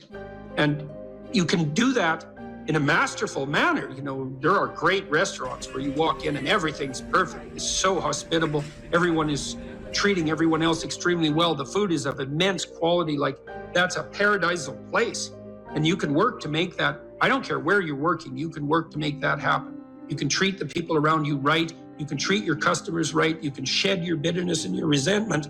You can take on the lowly status of your beginner job as if it's also a field of unlimited opportunity, which it is if you can get your head around it. And then that can be part of the vision of your life. And then you can think about that job or career as something that unfolds and develops across time too. And if you make a commitment where you are locally, I don't care where it is, your opportunities are just going to multiply like mad. You know, so like if you're a short order cook at a restaurant, you have a single shift and you're a really good cook, you'll find pretty soon that the restaurant is much busier when you're cooking and that people are pretty damn happy to be there. And you'll get a reputation with your boss. If he or she has any sense and any greed of the proper sort whatsoever, they're going to recognize you. And then, you know, maybe you move from that restaurant to a restaurant with more possibility, or at least somewhere else with more possibility. And you can do that. I don't care where you are. if you have the opportunity to have a job and you're not working with people who are entirely tyrannical and pathological, if you make the right sacrifices in that position and you have the proper vision, which isn't based on resentment. Oh, why do I have to do this stupid job? It's like, well, it's going to be a stupid job if that's the attitude you have towards it. Instead, if you try to foster all the interpersonal relationships you have in that environment, you'll find that there's an infinite amount of possibility right there in front of you, like there always is. And so, what else? Well, how about some education? You know, you're probably not as informed as you might be, and probably something interests you. It's like, well, why don't you delve into that a bit more and make something more of yourself? Educate yourself to the limits of your intelligence and make a plan for that. And you can do that formally, or you can do it informally. You can do it by reading. There's many great books, and they're not expensive. In fact, the greater the book, the less it costs, weirdly enough. And so you can just do that. You can make a plan. I want to read a book a month, or a book every 6 months, or a book a day. I don't care. Or I want to listen to a podcast a week, or something like that. It's like, expand yourself a bit. Have a plan to be educated. What else? What should you do with your time outside of work? Well, play a good game, right? Maybe you want to do something creative. If you're high in openness, that's probably what you want to do. Maybe you want to take on some civic responsibility and duty. That's what you might do if you're conscientious. Maybe you want to care for someone if you're agreeable. Or maybe you want a new domain for your ambition if you're more disagreeable. Maybe you want to work to make your family more secure. That would be a good way of constraining your trait neuroticism. Maybe you want to expand your social engagements. You're extroverted. It's like, fine, those are good things to do with your time outside of work. They're all matched to your temperament. You can mix and match and do a bunch of those things at once. You know, I used to talk to my students at the U of T and say, well, how much time, by your own definition, how much time do you waste a day? And the median, which is the most typical amount of time wasted, was always about 8 hours. It's like, oh, you waste half your awake time. And you wonder why things aren't going for you that well in your life. You can just do the economic calculations. Well, let's say you're worth $25 an hour, all things considered. Maybe you can't find a job that would pay you that much, but that doesn't mean your time is only worth what you could attain in a given job, because everything you do now echoes into the future. And so let's say it's $25 an hour just for the sake of mathematical computation. Well, that's $200 a day. It's $1,400 a week. It's $5,600 a month. It's basically $70,000 a year. So every year that you spend wasting 8 hours a day, you deprive yourself of the equivalent of a full-time and somewhat generous income.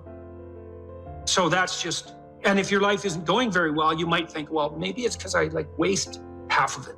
That there could be some relationship between those things. Then you might ask yourself, well, what would happen if I wasted none of it, like zero? And you might say, well, how difficult is life? Well, it's ultimately difficult. It's like, yeah, well, it is. So how much of it do you have to use properly in order to contend with that ultimate difficulty? And the answer might be, well, all of it. And if you're not, well, you're going to suffer, obviously, because it's difficult. And so if you're wasting time, then you're going to suffer. And so you might want to have a vision for what you do with your time. And you could ask yourself, well, if I could conceptualize and structure my free time the way I wanted to, what would that be? And then you'll have a vision. And that it's like a revelatory vision in some sense if you ask the question properly, because you can ask yourself these questions.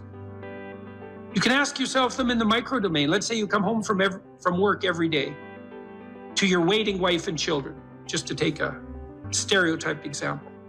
It's like, well, you're doing that every day. How would you like that homecoming to go? If you could have it the way you wanted it to be, it's like, what would you like your wife, how would you like your wife to welcome you when you returned home? And then you could sit down and talk to her. It's like, I come home every day. That's every day. That's like 15 minutes of every day. That's an hour a week. It's 50 hours a year. It's 1 work week. It's 2% of my life.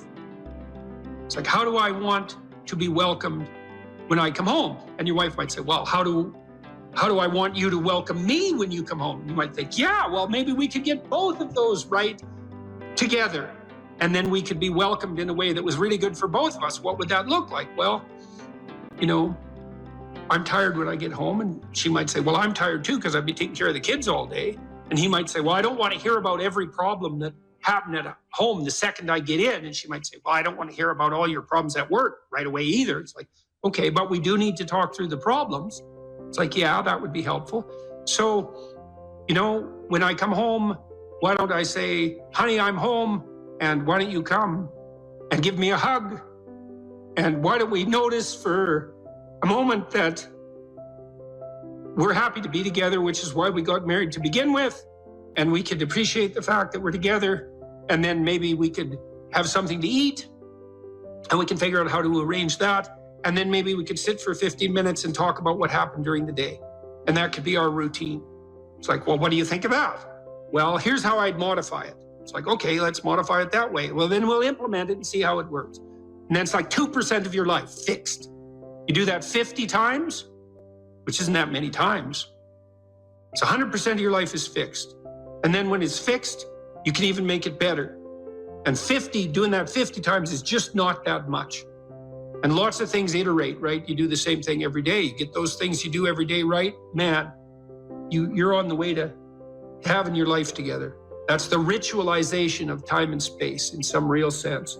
And the application of what's essentially a religious attitude to all the elements of your life that you might otherwise regard as mundane. Oh my God, I have to do the same thing every day. It's like, hey, that's your life, man. The things you do every day.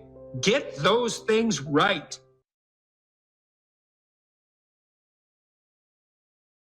If you're thinking about your past, what it means is you haven't analyzed the causal chains. Because you might say, well, why do you remember your past? Well, you might say, well, it's in order to have an objective, record of the past. It's like it has nothing to do with that. There's only one reason you remember the past, and that's to be prepared for the future. That's why you remember the past. And so what you're supposed to do is take the past and extract out from it wisdom. And wisdom is the ability to avoid stumbling blindly into ditches. Here's a time in my past I stumbled blindly into this horrible ditch and terrible things happened to me.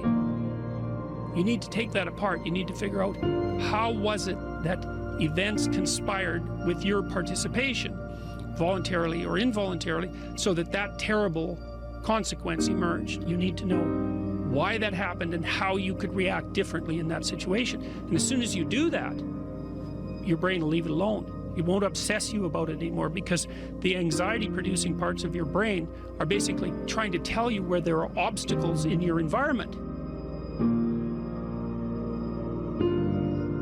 Don't go there, there's fire. Maybe you could master the fire, right? Then you're a wielder of fire, you're not just a victim. And lots of situations are dangerous or not dangerous depending on your level of mastery, right? Life is like that. And so a negative emotion that's associated with a memory is something that's crying out for mastery. And writing can really help with that. You're reorganizing your brain when you write autobiographically. Imagine emotion, memories can be stored at different levels of your brain, from sort of primordial, reptilian, image-laden areas that are very emotional, up to finely articulated plans for your future life. Well, you want to take everything that's negative and emotional and transform that into a fully articulated vision for your future. And that frees you of your past. You shouldn't be thinking about your past. I mean, maybe if you're 80 and you're going over a well-spent life, that's a whole different thing. But if you're 30, 35, or 20, and most of the time you're thinking about your past, it's like your soul is trapped back there. You need to free it through investigation. And the metaphysical language is appropriate, because that is, in a sense, what you're doing. You're trapped in the past. It's like you got to break free of that so you can use all your resources to move ahead into the future.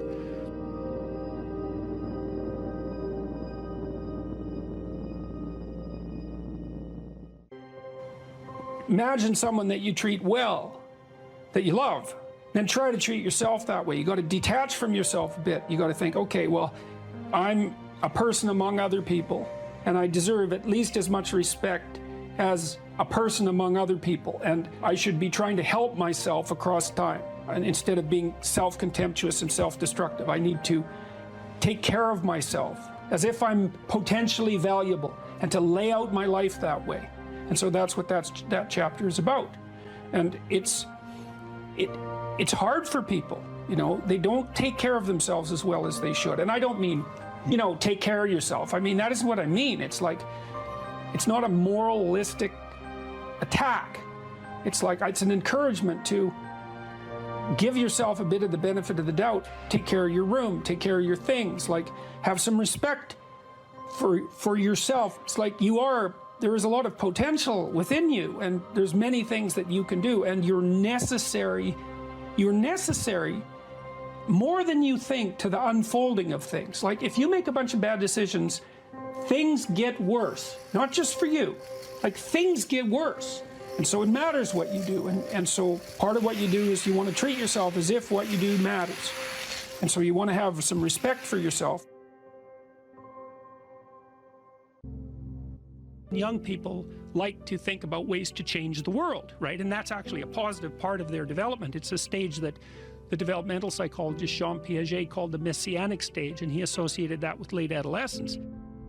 While young people want to change the world, the problem is that that's been harnessed into attempts to change other people. But that isn't what you should do. If you want to change the world, you should change yourself. In the sense that Alexander Solzhenitsyn said when he analyzed the Soviet Union, he said, don't be thinking that the line that divides good from evil runs down a political spectrum or countries or something like that. It runs down right down the middle of your soul. And if you want to sort out the world, then what you do is you sort yourself out. It's a serious business. They say it's more difficult to rule yourself than to rule a city, because you're complicated and there are horrible monsters inside of you that need to be tamed and to be brought into alignment and submission so that you can be a powerful and useful person. And instead of rushing out there to change the world by changing other bad people, that they should look inward and sort themselves out properly. And if you have a memory that's more than 18 months old, approximately, and when you pull that memory up to mind, if you still have an emotional reaction, that means you haven't fully articulated the memory. You haven't analyzed it causally. You haven't freed yourself from its grasp, and you're carrying it like a weight. And your brain responds to that. Like the more weight you're carrying like that, more baggage, let's say, the more of the stress hormone cortisol your brain produces. And cortisol makes you old. Divide your life up into 6 epochs. And then divide each of those, that might be, say, birth to kindergarten, and then maybe elementary school, and then maybe junior high school, however you want to do it. And then to write about the emotionally significant events in each of those epochs, and then to describe their effects on you, and then to analyze how you did in those situations, what you might have done differently, what you might do differently in the future, to straighten out your past. And you know, people are very, very, very, very tough. And it turns out that if you face things, that you can put up with a lot more than you think you can put up with, and you can do it without becoming corrupted. And she did recover quite fully, and much as a consequence of her own machinations, because she figured out what was wrong with her and then took the necessary steps to fix it, which is nothing short of a bloody miracle as far as I'm concerned. And anyways, part of the cat bit is I actually start by talking about our dog, who actually died about a year ago, but he's still alive in the book. I let people know, because dog lovers love dogs, and if you love cats, then they think you don't like dogs, and then they don't like you. So I also point out at the beginning of the chapter that, if you want to pet a dog on the street, that's okay too, so you don't have to get up in arms about it. But the idea is that, you have to be alert when you're suffering. You have to be alert to the beauty in life, the unexpected beauty in life. And that's kind of what I was trying to get across with the idea of the cat. There's this cat that lives across the street from us called Ginger, and Ginger's a Siamese cat. And cats really aren't domesticated, technically speaking. They're still wild animals, but they kind of like people. God only knows why, but they do, And so Ginger will come wandering over, and our dog looks at her, but they're friends, and she rolls over on his back, and Seiko used to, nose her a bit, and then she'd kind of mosey over and let you pet her if she was feeling like it that day. And, you have to look for that little bit of sparkling crystal in the darkness when things are bad. You have to look and see where things are still beautiful and where there's still something that's sustaining. And you know, you narrow your time frame and you be grateful for what you have, and that can get you through some very dark times, and maybe even successfully if you're lucky. But even if unsuccessfully, then maybe it's only tragic and not absolute hell. And you can do that, you know, in the worst situation. You can make it only tragic and not hell. And there's a big gap between tragedy and hell. You know, there's nothing worse at a deathbed than to see the people there fighting. The death is bad enough, but you can take that, as terrible as it is, and make it into something that's absolutely unbearable. And maybe I think, and this is sort of what I closed the book with, this idea is that if we didn't all attempt to make terrible things even worse than they are, then maybe we could tolerate the terrible things that we have to put up with in order to exist, and maybe we could make the world into a better place, you know. And it's what we should be doing and what we could be doing, because we don't have anything better to do. And that's what the book is about. And